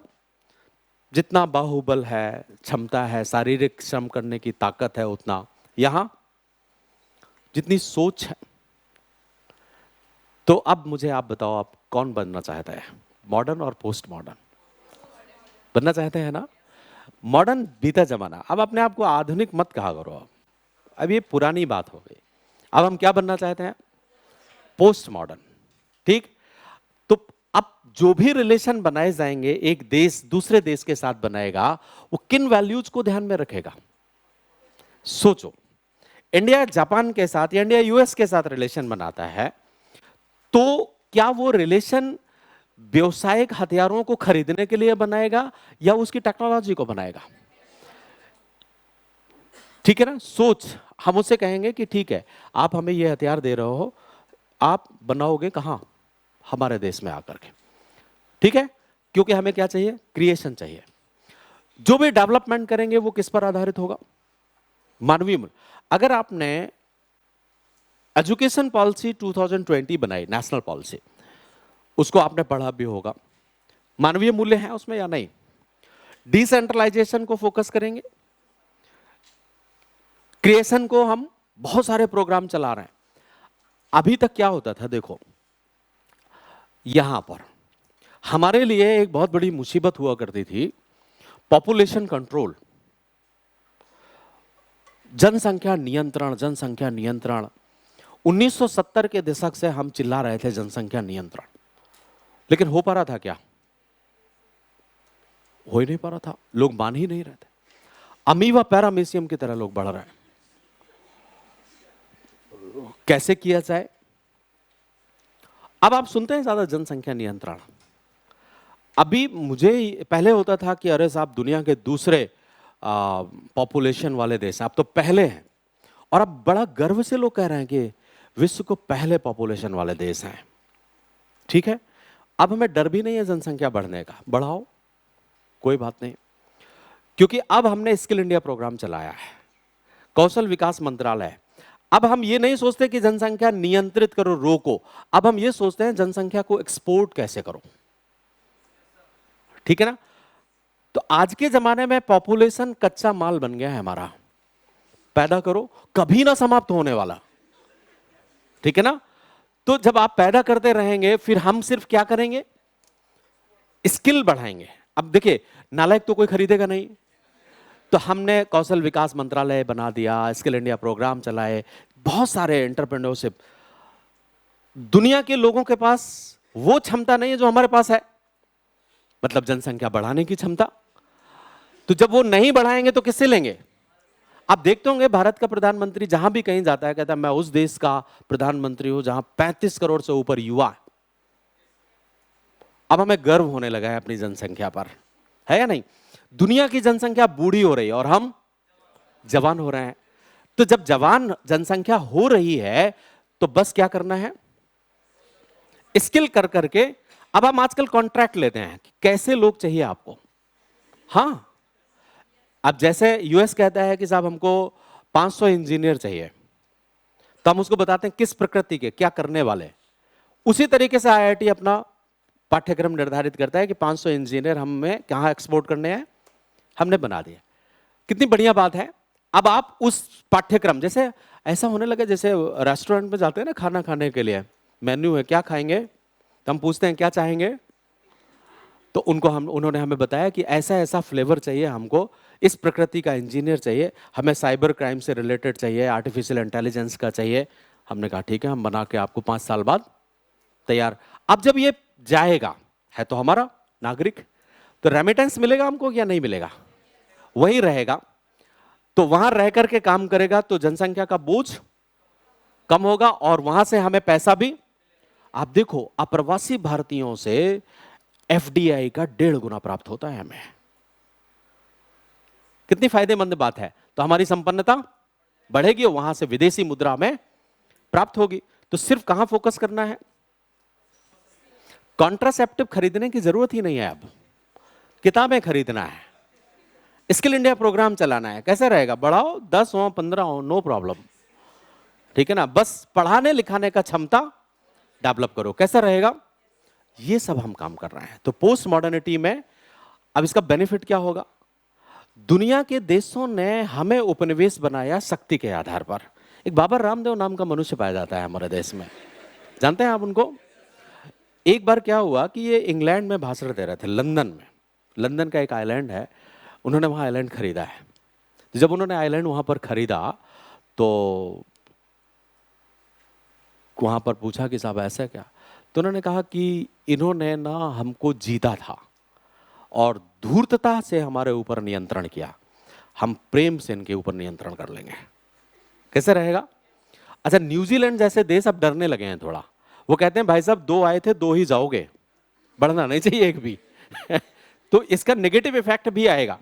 लेकिन आप मुझे ये बताओ कि अब हम फोकस इस एरिया में करेंगे, इसमें करेंगे या इस पे करेंगे। पूरे के पूरे रिलेशन बनाने में सबसे महत्वपूर्ण चीज है, कोई भी काम करेंगे स्किल पर फोकस करेंगे, ह्यूमन वैल्यूज पर फोकस करेंगे। बस सीख गए आप अंतरराष्ट्रीय संबंध। आप G20 का समिट पढ़िए, उसमें जितने वैल्यूज होंगे उन सबको आप इन 6 भागों में बांट सकते हैं, ठीक है ना। इंडो यूएस रिलेशन बनाइए, स्ट्रैटेजिक को अलग कर दीजिए, आर्मामेंट्स को अलग कर दीजिए, उस सारे के सारी चीजें कहां आ जाएंगी, ठीक है ना। अगर हम एग्रीकल्चर रिलेशंस भी बनाते हैं वो ठीक है, लेकिन एग्रीकल्चर भी organic agriculture based on human values. तो हम सब किस दिशा में जाना है, उत्तर आधुनिक। याद रहेगा ये, वेरी गुड, बहुत अच्छे बच्चे हैं आप, ऐसा मुझे पहले ही दिन पता चल गया। तो इसमें एक सूत्र मैं बताता हूं याद, ये क्रम से अगर याद रख लेंगे ना तो बहुत बढ़िया है। तो आई फॉर इनकम, ठीक है ना। L for literacy, U for, ये तो सब जानते ही होंगे, जानते हो ना, PMG, P for, M for, G for, बस हो गया। प्रधानमंत्री जी से प्रेम करिए, मॉडर्न एंड पोस्ट मॉडर्न होते चले जाइए, ठीक है ना। अब जब हम सोचें, जैसे मुझे सबसे ज्यादा जरूरत क्या बात थी, रिलेशन पढ़ने के लिए हमारी सोच कैसी होना चाहिए? तो सोच में क्रम होना चाहिए ना। ऐसा ऊट पटांग सोचते रहेंगे, कहीं थोड़ा सोच लिया, फिर उधर सोच लिया, फिर उधर सोच लिया, तो बात नहीं बनेगी। सिस्टमैटिक होना चाहिए ना। जैसे स्मूथ रोड है तो एक्सेलरेशन अपने आप दब जाता है, ऐसा होता है या नहीं? और अगर हार्डल्स हैं, ब्रेकर्स हैं, तो जब शुरू में आप मोटरसाइकिल चलाते थे तो बड़ा कंसंट्रेट रहते थे, अरे दूर से वो ब्रेकर आ रहा है, ब्रेक लगाना है, तो पूरा पैर पर कंसंट्रेशन है आपका कि ब्रेक लगाना है। ऐसा होता था या नहीं होता था? आज एक कान में वो लगा लेते हैं और वो कब घर पहुंच जाते हैं कुछ पता ही नहीं चलता। अपने आप स्पीड बढ़ती है और अपने आप कम होती चली जाती है, ऐसा है या नहीं? ऐसा ही बनना है। International relations just like a driving, कि जब आप सारी कंटेंट्स को सीख जाएंगे तो प्रश्न आया नहीं, उत्तर फॉर्मेट हो जाएगा कि ये ऐसे होगा, ठीक है ना? तो अंतरराष्ट्रीय संबंध बनाने की आवश्यकता क्यों पड़ी, ये हमने देख लिया। अंतरराष्ट्रीय संबंध बनाने के लिए प्लेटफॉर्म क्या है, किस प्लेटफॉर्म में हमें रिलेशन बनाते हैं? पहले एक प्लेटफॉर्म था पारंपरिक समाज, वहां हम इसके लिए संबंध बनाएंगे। 1970 के पहले चले जाइए तो खाद्यान्न के लिए रिलेशन बनाना, ये सब चीजें होती थी। यहां हैवी इंडस्ट्री को बढ़ाने के लिए, अब वो सब कुछ हमारे पास है। अब रिलेशन हम कब बनाएंगे? पोस्ट मॉडर्न वैल्यूज को डेवलप करने के लिए, दुनिया में कैसे हमें अपना प्रभाव स्थापित करना है। तो आज का प्लेटफॉर्म क्या है हमारा? ये है। तो इस प्लेटफॉर्म के आधार पर हमें अपने रिलेशंस को डेवलप करना है, ठीक है? 3 बातें हम लोगों ने। अब बात कर लेते हैं थोड़ा सा कि अंतरराष्ट्रीय संबंध बनाने के आधार क्या होते हैं और किन किन आधारों के पर ध्यान हमें फोकस करना चाहिए। तो वो इसके बाद फिर हम छोटे छोटे बेसिक चीजें हैं जो मैं आपको बता देता हूं, क्योंकि बेसिक जानना बहुत जरूरी होगा ना। ये हमने सीख लिया। क्या होता है इंटरनेशनल रिलेशन?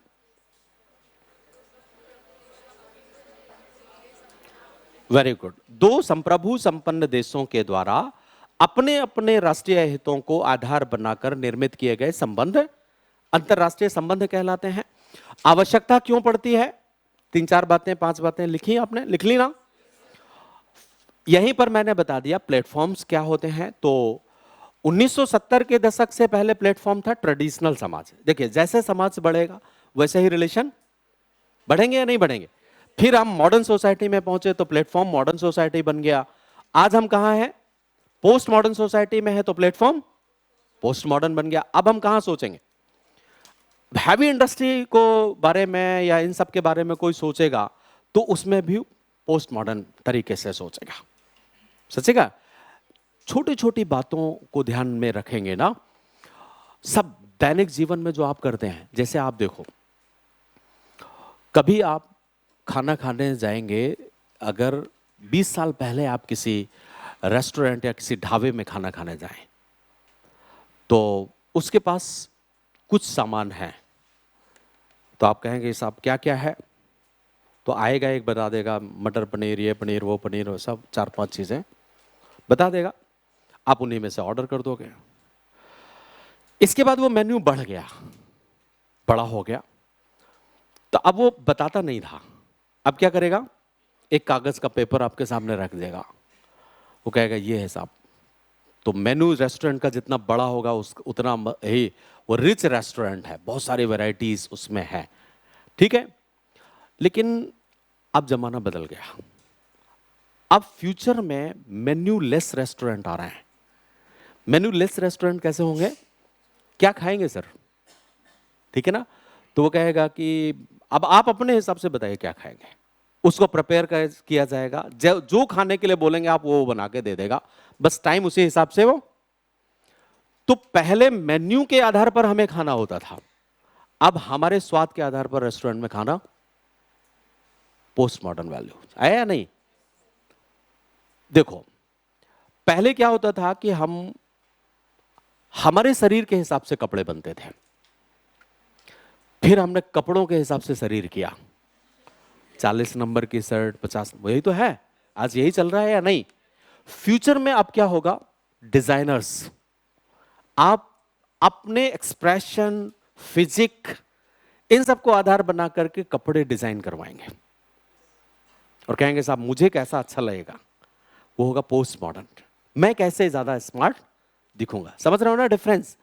पहले क्या था, टेलर मास्टर था, नाप ले लिया, कपड़े सिल दिया, सिलवा लिया हमने। फिर क्या हुआ, सिले सिलाए ले लिए। आजकल तो यही चल रहा है ना, आप लोग सिलवाते हैं? बहुत कम, रेयर। तो जो है, अब हम शरीर हमारा कपड़ों के हिसाब से है, तो फिट हमारे लिए वो नहीं है, वो तो बना है, 40 नंबर का एक शर्ट बना है, उसी में मुझे फिट होना है। अगर मेरा साइज 38 को होगा तो भी मुझे 40 पहनना है, और 42 होगा तो भी मुझे, ये स्थिति है। लेकिन इसके बाद क्या आएगा, फैशन डिजाइनर, क्रिएशन आया या नहीं? फिर आप कहेंगे कि मुझे क्या अच्छा लगेगा। अभी धीरे धीरे जो लोग थोड़ा सा संपन्नता की तरफ चले गए हैं, वो कैसे करते हैं, मुझे कैसे कपड़े अच्छे लगेंगे पहनने के लिए, तो फिर वो सोचेगा और आपके हिसाब से बताएगा कि आप ऐसा कुछ पहनो तो आपको अच्छा लगेगा। ऐसा होता है या नहीं होता? सब जगह ऐसा हो रहा है। बाल कटवाने के लिए आप जाएं तो उस नाई, स्मार्ट नाई के पास पहुंचते हैं, उससे पूछते कैसे बाल मुझे अच्छे लगेंगे। ऐसा है? अब आप देखिए, इंडिविजुअलिज्म और क्रिएशन बेस्ड आ रहा है या नहीं? कहीं भी आप देख लो, वो चीजें आ रही हैं। अब हम सिर्फ टाइप्ड नहीं है, इनोवेशन की तरफ जा रहे हैं, नवीनता। अब एक ही जैसा रहना पसंद नहीं है हमें, इनोवेशन चाहिए, नया नया नया नया नया। तो समाज में कैसा बना रहता है, थोड़ा सा नवीनता, आकर्षण और एक अच्छा काम करने की चाहत। पहले क्या था, ठीक है जैसा है चल रहा है, वो सब बेकार के लोग होते हैं। अपने आप को हमेशा कैसा लगना चाहिए, एकदम फिट स्मार्ट, जिससे आपको काम करने की प्रवृत्ति और ज्यादा बढ़े। तो अब छोटी छोटी बातें हम लोग सीख लेते हैं। जब भी हम कोई रिलेशन बनाते हैं तो सबसे पहले फोकस करते हैं नेशनल इंटरेस्ट पर। तो बात आती है कि अभी हमने देखा कि राष्ट्रीय हित क्या है, तो ये राष्ट्रीय हित होता क्या है? राष्ट्रीय हित क्या है बताओ, कैसे डिफाइन करोगे आप राष्ट्रीय हित को? किसी भी प्रभुत्व संपन्न राष्ट्र की वे अभिलाषाएं जिन्हें वह दूसरों से प्राप्त करना चाहता है। देखिए, जो आपके पास है वो राष्ट्रीय हित नहीं है, जो आप दूसरों से प्राप्त करते हैं। जैसे मान लीजिए हमारे पास जितनी चीजें हैं वो तो हमारी अपनी है, उसको तो हम सुरक्षित करना चाहेंगे, लेकिन हम क्या चाहेंगे, दूसरों से हमें, जैसे आपके घर में कभी कभार जब बचपन था, आप तो बड़े हो गए आप, तो नानी कभी आती होंगी या दादी कभी है, तो आपकी चाहत क्या रहती थी कि जब नानी दादी जाएंगे, है ना, तो कुछ ना कुछ अनुदान मिलेगा। तो मेन फोकस किस पर रहता था, नानी दादी के जाने पर तो क्या होगा। तो वो जो आपने उनसे प्राप्त कर लिया वो है आपका नेशनल इंटरेस्ट। लेकिन जो आपकी गोलक में पहले से है वो नेशनल इंटरेस्ट नहीं है, उसको सुरक्षित करना है। फिर आपने 10 20 50 रुपए जो मिले वो वहां पर डाल दिए, वो क्या हो गया। तो एक ऐसा ही तो एक देश होता है, एक राष्ट्र, संप्रभु संपन्न राष्ट्र की वे अभिलाषाएं, इट मींस डिजायर, जिन्हें वो दूसरे के सापेक्ष में प्राप्त करना चाहता है या दूसरे से प्राप्त करना चाहता है, उसे हम क्या कहेंगे, राष्ट्रीय हित। जैसे हम हमेशा चाहेंगे कि अमेरिका से हमें कुछ मिल जाए, अमेरिका चाहेगा भारत से हमें कुछ मिल जाए, तो वो नेशनल इंटरेस्ट है। एक डेफिनेशन लिखते चले जाओ छोटा छोटा, कैसा रहेगा, एक एक लाइन में, और ये बिल्कुल यूज टू हो जाना चाहिए, ठीक है ना। इनके बारे में आप बिल्कुल ऐसा आदती बन जाएं। नेशनल इंटरेस्ट है, इट मींस ये थोड़ा थोड़ा सा अंतर रहेगा, लिख लो आप। राष्ट्रीय हित प्रभुत्व संपन्न राष्ट्र की वे अभिलाषाएं हैं, वे अभिलाषाएं, अभिलाषा तो मतलब जानते होंगे ना, डिजायर, नीड, इच्छा, अभिलाषाएं हैं जिसे वह अन्य राष्ट्रों के संदर्भ में प्राप्त करना चाहता है, प्राप्त करना चाहता है। ठीक। अब ये जो राष्ट्रीय हित होता है ना, ये दो तरीके का होता है। एक तो मार्मिक और एक गौड़। मार्मिक का मतलब होता है इसे हमें प्राप्त करना ही है, कुछ भी हो जाए, युद्ध भी लड़ना पड़े तो भी हम प्राप्त करेंगे इसको। गौड़ मतलब मिल जाए तो ठीक है, नहीं मिले तो कोई बात नहीं। गौड़ मतलब हम उसके लिए युद्ध नहीं करेंगे। मार्मिक मतलब किसी भी रूप में हम उसे प्राप्त करने का चेष्टा करेंगे, भले ही हमें इसके लिए युद्ध भी लड़ना पड़े। जैसे अगर किसी देश ने आपकी सीमाओं को एनक्रोच कर लिया है तो यह हित कौन सा होगा? मार्मिक। सीमाओं की सुरक्षा करने के लिए दूसरे देशों से सहयोग प्राप्त करना कौन सा हित हुआ? मार्मिक। मार्मिक, ठीक है ना। इकोनॉमिक रिलेशन बनाना है, गौड़। नहीं बनाएगा तो कोई बात नहीं। हम चाहते हैं 100 करोड़ रुपए का अनुदान हमें मिल जाए,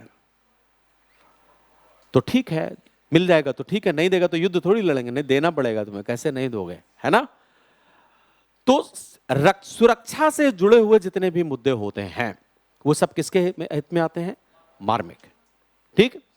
तो मार्मिक और गौड़ तरीके के कोई भी डिप्लोमेट होता है, उसका सबसे महत्वपूर्ण नजरिया यही होता है कि वो अपने हितों की क्रमबद्धता को निर्धारित करे। विदेश मंत्री या जितने भी हमारे डिप्लोमेटिक एजेंट होते हैं, उनका महत्वपूर्ण कार्य क्या होता है? कौन से हित को पहले प्राप्त करना है और कौन से हित को बाद में, किसे ज्यादा इंपॉर्टेंस दिया जाए और किसे कम इंपॉर्टेंस, इस वरीयता क्रम का निर्धारण करना ही सबसे अच्छा कूटनीति होता है। जैसे पता चला कि साहब अभी सीमाओं में युद्ध चल रहा है और आप कहें कि ऐसा है कि युद्ध तो चलता ही रहेगा, कुछ और काम कर लेते हैं, कल्चरल रिलेशन पर फोकस करते हैं, उचित नहीं रहेगा ना। तो युद्ध चल रहा है तो उस समय युद्ध पर हमें फोकस करना होगा। तो रिलेशन हम किस आधार पर बनाएंगे? युद्ध के दृष्टिकोण से बनाएंगे। तो ये नेशनल इंटरेस्ट में इस तरीके की बातें होते हैं। इसके बाद आता है कि एक पॉइंट यहीं पर राष्ट्रीय हित में और आप लिख लीजिए, राष्ट्रीय हित सब पॉइंट करके बना लेना, ठीक है। राष्ट्रीय हित विदेश नीति का उत्प्रेरक तत्व है। राष्ट्रीय हित विदेश नीति का उत्प्रेरक तत्व है, फुल स्टॉप। विदेश नीति निर्माता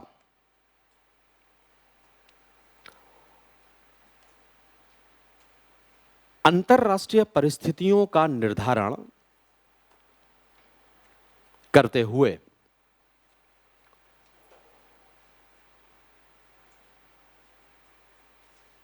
राष्ट्रीय हितों की क्रमबद्धता का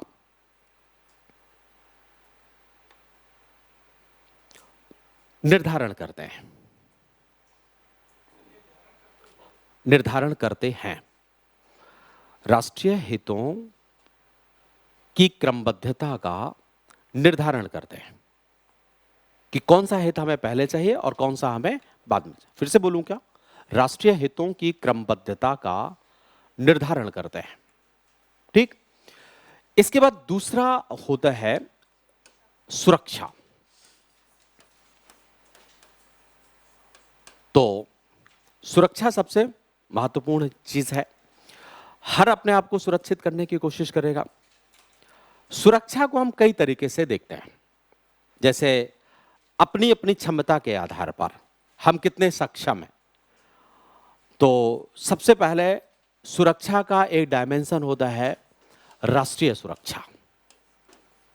राष्ट्रीय सुरक्षा, सुरक्षा का अर्थ होता है अब तक संजोए गए मूल्यों की रक्षा। अब तक संजोए गए मूल्यों की रक्षा।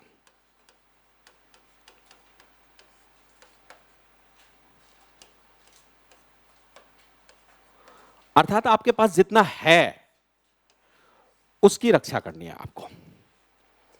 जैसे कि आपके पास कितना इकोनॉमिक वेल्थ है, आपके समाज के मूल्य कितने हैं, आपकी सेना कितनी, जो भी आपके पास है, जैसे मैंने कहा गोलक के अंदर जितना है उसकी हमें रक्षा करनी है, और जो प्राप्त करना है वो राष्ट्रीय हित है। तो जितना आपके पास है उसकी सुरक्षा करनी है आपको। अब सुरक्षा करने के लिए तो आपकी क्षमता के आधार पर निर्भर करेगा। कई देश ऐसे हैं जो अपने मूल्यों की सुरक्षा के लिए खुद सक्षम है, तो वहां पर राष्ट्रीय सुरक्षा। एक राष्ट्र सबसे पहली वरीयता क्या देता है कि वो अपने मूल्यों को खुद रक्षित करने में सक्षम हो, अपनी क्षमता को इतना बढ़ाने की कोशिश करता है वो खुद सुरक्षित कर सके। ऐसा है या नहीं? जैसे आप लोग मान लीजिए निर्भर रहना चाहेंगे दूसरों पर, तो कुछ लोग होते हैं जो फिजिकली बाहुबली टाइप के, तो रात को 12 बजे अकेले निकल जाएंगे, अगर उन्हें कोई समस्या नहीं है तो निकल गए। अगर कोई सामने वाला उनके ऊपर प्रहार आक्रमण करेगा तो वो खुद निपट लेंगे। तो किस पर फोकस करेंगे? वो खुद की क्षमता को बढ़ाने का प्रयास करेंगे। कुछ ऐसे होते हैं जो थोड़ा कमजोर होते हैं रिलेटिवली, वो अपने आप को खुद सुरक्षित करने में सक्षम नहीं है, तो कुछ मित्रों के साथ निकलेंगे ना, तो वहां पर आ गया क्षेत्रीय सुरक्षा। अच्छा, कुछ ऐसे होंगे जो बिल्कुल ही अपनी रक्षा नहीं कर सकते, तो वो कहेंगे जब तक तुम नहीं आओगे तब तक हम नहीं निकलेंगे, ठीक है ना। तो पीछे पीछे ग्लोबल ऑर्गेनाइजेशन। ऐसे सुरक्षा का डायमेंशन तय करने में 3 डायमेंशन होते हैं। एक तो राष्ट्रीय सुरक्षा, एक राष्ट्र खुद से अपनी क्षमता को डेवलप करना चाहेगा, जैसे कि भारत, जो भी बड़े बड़े देश हैं, चीन, भारत, इनफैक्ट पाकिस्तान भी, और अमेरिका, जितने भी देश हैं वो सब सबसे ज्यादा फोकस किसको करेंगे? वो अपने मूल्यों को खुद रक्षित करने की कोशिश करेंगे। इसके बाद एक होता है जिसको हम क्षेत्रीय सुरक्षा कहते हैं। क्षेत्रीय सुरक्षा, क्षेत्रीय सुरक्षा कुछ राष्ट्र मिल करके अपनी रक्षा को सुनिश्चित करते हैं। अच्छा, ये 2 तरीके की होती है। एक तो सुरक्षात्मक होती है। सुरक्षात्मक का मतलब होता है कि हम सब मिल करके अपने क्षेत्र की रक्षा करेंगे, कुछ राष्ट्र मिल करके अपने क्षेत्र की रक्षा। तो ये उतने ही संसाधनों को विकसित करते हैं जितनी उनकी रक्षा के लिए जरूरी है, ठीक है ना। दूसरा एक आक्रामक होता है। आक्रामक, कई बार कुछ शक्तिशाली राष्ट्र जो राष्ट्रीय स्तर पर बहुत मजबूत हैं, लेकिन वो अब मिलकर के दूसरों के ऊपर अपना प्रभाव स्थापित करने की कोशिश करते हैं, तो वो आक्रामक प्रवृत्ति के, जैसे NATO, SEATO, CENTO, Warsaw pact, ये सब किस प्रकृति के थे? अब नाटो मिलकर के किसी दूसरे के ऊपर आक्रमण कर रहा है अपने हितों को पोषित करने के लिए ना। कई बार ऐसे समूह, झुंड निकलता है और वो किसी अन्य को जो कमजोर टाइप का उसको परेशान करना शुरू कर देता, तो वो कौन है? आक्रामक प्रवृत्ति का। तो क्षेत्रीय सुरक्षा, कुछ लोग ऐसे होते हैं जो मिलकर के अपनी सुरक्षा करेंगे, और कुछ लोग दूसरों के ऊपर आक्रमण करने के लिए भी अपने आप को तैयार करते हैं, या एक सिक्योरिटी इंटीग्रेशन को पैदा करने की कोशिश करते हैं। इसके बाद एक और होता है जिसको हम सामूहिक सुरक्षा कहते हैं, कलेक्टिव सिक्योरिटी। सामूहिक सुरक्षा, ये सामूहिक सुरक्षा क्या है? जब कोई देश अपनी सुरक्षा के उपकरण खुद ना निर्मित करके वो अपने आप को किसके अधीन कर देता है? कलेक्टिव सिक्योरिटी के, और उस पर निर्भर हो जाता है। इन दोनों में जैसे आप कभी पढ़ेंगे ना तो अंतर नहीं बताया जाता है। कई बार ऐसा होता है कि एक ही जैसा प्रयोग कर दिया जाता है, लेकिन दोनों में अंतर है। सामूहिक सुरक्षा का मतलब होता है एक पर किया गया आक्रमण सब पर आक्रमण माना जाएगा। तो इसमें जो भी सामूहिक सुरक्षा का देश है वो इसके अंदर है। तो अगर कोई बाहरी इसके ऊपर आक्रमण एक के ऊपर करता है तो ये सब उसको बचाने का कोशिश करेंगे, तो कलेक्टिव सिक्योरिटी होगी। लेकिन कलेक्टिव सिक्योरिटी कभी भी दूसरे के ऊपर आक्रमण नहीं करेगी, ये ध्यान रखना है। लेकिन रीजनल सिक्योरिटी एक पर किया गया आक्रमण सब पर आक्रमण तो मानेगी, लेकिन आक्रमण कर भी सकती है। इन दोनों में डिफरेंस क्या हो गया? जैसे सुरक्षा परिषद इसका उदाहरण हुआ, कलेक्टिव सिक्योरिटी का उदाहरण हमारे पास क्या है? सुरक्षा परिषद। सुरक्षा परिषद किसी के ऊपर आक्रमण करता है क्या? यूनाइटेड नेशंस नहीं। लेकिन अगर किसी अन्य ने किसी के ऊपर आक्रमण कर दिया या वहां पर कोई समस्या उत्पन्न हो गई, तो सुरक्षा परिषद उसको पीस कीपिंग ऑपरेशंस के माध्यम से बचाता है। ठीक है? लेकिन नाटो तो आक्रमण करता है। इराक के ऊपर किया, लीबिया के ऊपर किया या नहीं किया? ईरान पर करने का मन बनाया। तो ये इन दोनों में डिफरेंसेस क्या है? ये आक्रामक और सुरक्षात्मक दोनों प्रकृति का होगा, जबकि सामूहिक सुरक्षा सिर्फ सुरक्षात्मक, ये किसी के ऊपर आक्रमण नहीं करेगा। हालांकि सैद्धांतिक स्तर पर अभी तक कोई भी सुरक्षा, कोई भी कलेक्टिव सिक्योरिटी बनी ही नहीं, लेकिन फिर भी हम सुरक्षा परिषद को एक कलेक्टिव सिक्योरिटी के तौर पर देखते हैं। सैद्धांतिक तौर पर कोई भी कलेक्टिव सिक्योरिटी इसलिए नहीं बनी क्योंकि यह सबसे ज्यादा शक्तिशाली होती है, लेकिन वास्तव में तो सुरक्षा परिषद सबसे ज्यादा शक्तिशाली नहीं है ना, उससे भी बड़े शक्तिशाली, और उनकी निर्भरता। तो तीनों में डिफरेंस। अब एक राष्ट्र को अगर अपने आप को सुरक्षित करना है तो क्या करेगा? वो सबसे पहला प्रेफरेंस किसको देगा? नेशनल सिक्योरिटी को। इसके आधार पर खुद अपने उपकरणों को तय करेगा, जैसे आप कर रहे हैं। धीरे धीरे धीरे धीरे हम सुरक्षा में आत्मनिर्भर होने की कोशिश कर रहे हैं, है या नहीं? हम डिफेंस मॉडर्नाइजेशन की तरफ आगे बढ़ रहे हैं, डिफेंस रिलायंस की तरफ आगे बढ़ रहे हैं, क्योंकि हम खुद सुरक्षित हो जाएं। बहुत सारे देश आत्मनिर्भर हैं, लेकिन कुछ देश ऐसे होते हैं जो आत्मनिर्भर होने के साथ अगर दूसरों के ऊपर प्रभाव बनाना चाहते हैं तो आक्रामक हो जाएंगे, और कुछ, इसका उदाहरण अभी दुनिया में कोई नहीं है। ठीक है ना? इसके उदाहरण तो बहुत सारे हैं, NATO, SEATO, CENTO, Warsaw pact, अंजुस, ये सब इसके उदाहरण। और इसका उदाहरण क्या है? सुरक्षा परिषद। नेशनल सिक्योरिटी को तो सभी देश अपने आप को अपने अपने स्तर पर सुरक्षित करने की कोशिश करते हैं या नहीं? अब वो डिपेंड करता है कि उसकी स्थिति क्या है। कोई कट्टा लेकर के चलता है तो कोई ब्रह्मोस लेकर के चलता है, डिपेंड करता है उसकी परिस्थिति और उसकी कैपेसिटी क्या है। तो आप लिख लो एक डेफिनेशन सुरक्षा के। सुरक्षा अर्थात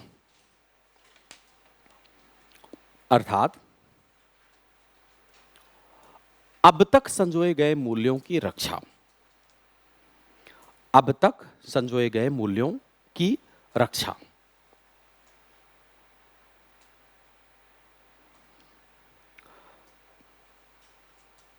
फुल स्टॉप।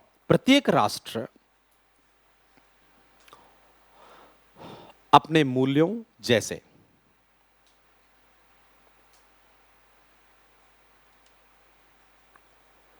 भूभाग, संविधान, संस्कृति,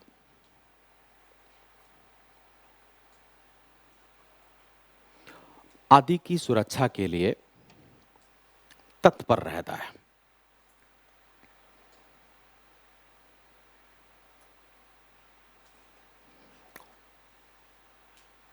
नेक्स्ट पॉइंट इसमें थोड़ा 2-4 पॉइंट हमें लिखने होंगे ना। नेक्स्ट पॉइंट, राष्ट्रीय सुरक्षा के तहत प्रत्येक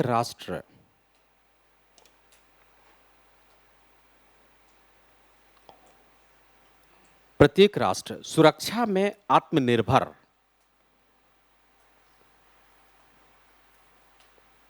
होने का प्रयास करता है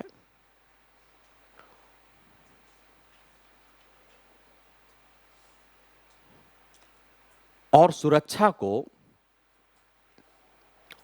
उच्च राजनीति का, हाई पॉलिटिक्स, उच्च राजनीति का अंग मानता है।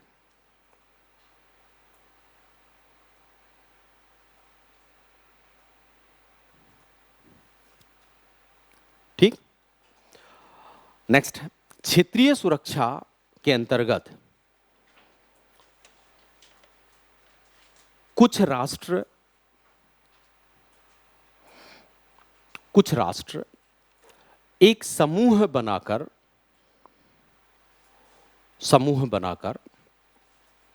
स्वयं की प्रतिरक्षा सुनिश्चित करते हैं।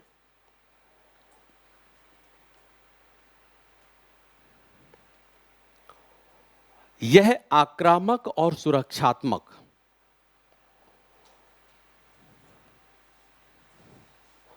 दोनों प्रकृति की हो सकती है। दोनों प्रकृति की हो सकती है। इसमें सब पॉइंट बना लेना आप। संयुक्त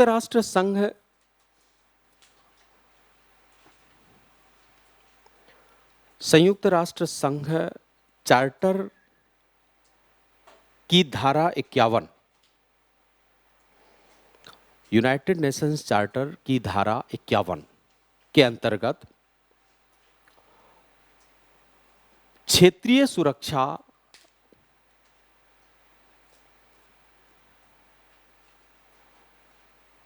गठित करने की अनुमति प्रदान की गई है।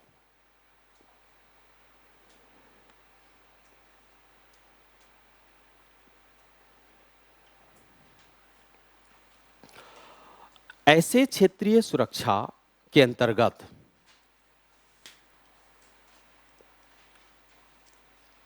नाटो, सीटो, ऐसे क्षेत्रीय सुरक्षा के अंतर्गत NATO, SEATO, CENTO, Warsaw pact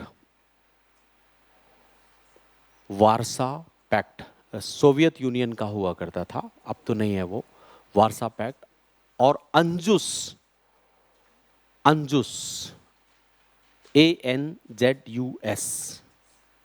Australia, New Zealand और यूएस 3 देशों का मिलकर के ये संगठन था। ANZUS जैसे क्षेत्रीय संगठन विद्यमान हैं। ठीक। नेक्स्ट है सामूहिक सुरक्षा। सामूहिक सुरक्षा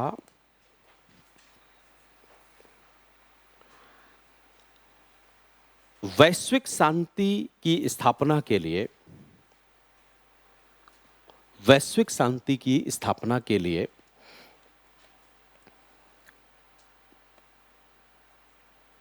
किसी आक्रमणकारी के विरुद्ध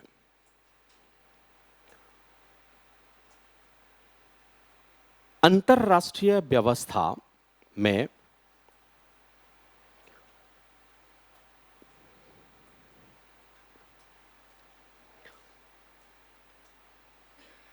कुछ बड़ी शक्तियों के सहयोग से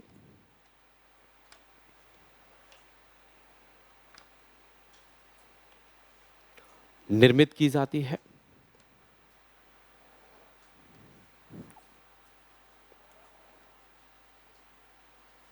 सब पॉइंट बनाइए। सामूहिक सुरक्षा हमेशा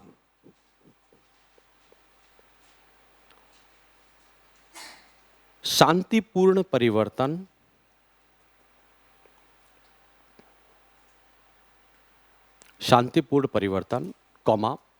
विवादों का शांतिपूर्ण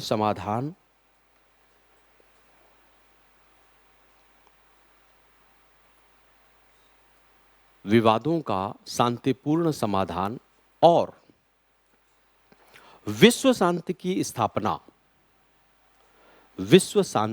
की स्थापना का लक्ष्य रखती है। विश्व शांति की स्थापना का लक्ष्य रखती है। नेक्स्ट पॉइंट, इसकी प्रकृति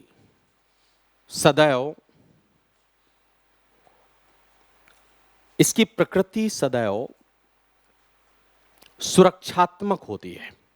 सुरक्षात्मक शब्द को अंडरलाइन कर देना। इसकी प्रकृति सदैव सुरक्षात्मक होती है, अर्थात यह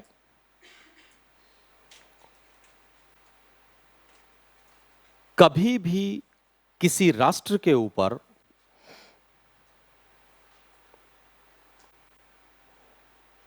आक्रमण नहीं करती।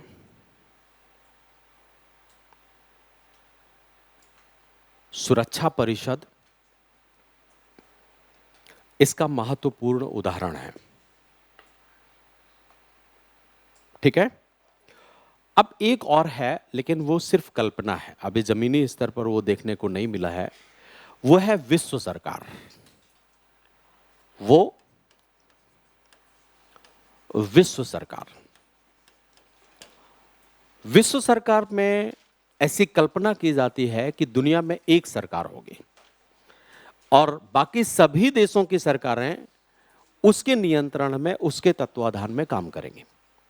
जैसे आप देखो कि भारत की परिसंघ व्यवस्था को अगर आप वैश्विक बना दें तो यूनाइटेड नेशन केंद्र सरकार हो गया और हर देश प्रांतीय सरकार हो गया। तो सभी के कॉन्स्टिट्यूशन किसके अनुकूल होंगे? वो यूनाइटेड नेशंस के अनुकूल होंगे। तो अभी ये यूनाइटेड नेशंस क्या इतना शक्तिशाली है कि दुनिया के देशों को विनियमित करने की क्षमता रखता हो?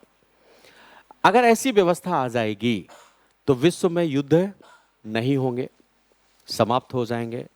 वसुधैव कुटुंबकम स्थापित कर दिया जाएगा। भारत हमेशा से इसकी मांग करता रहा है, लेकिन जब तक राष्ट्रीय हितों में टकराव है तब तक ऐसा संभव नहीं है। लेकिन धीरे धीरे बहुत सारे क्षेत्रों में यह व्यवस्था आती जा रही है। आज ऐसा नहीं है कि जमीनी स्तर पर यह दिखाई नहीं दे रही है। जैसे आप देखो, सैनिक दृष्टिकोण से तो ये नहीं है, सब अपने अपने राष्ट्रीय हितों का टकराव, लेकिन आर्थिक दृष्टिकोण से ऐसे आप समझो, भारत और चीन अपनी सीमाओं की रक्षा के लिए एक दूसरे से लड़ रहे हैं, लेकिन अर्थव्यवस्था में 135 करोड़ डॉलर का व्यापार भी है हमारा। तो अब एक सब्जेक्टिव एनिमी पैदा हो रहा है। कंसेप्ट क्या है? एक क्षेत्र में हम दुश्मन हैं एक विषय में, और दूसरे विषय में हम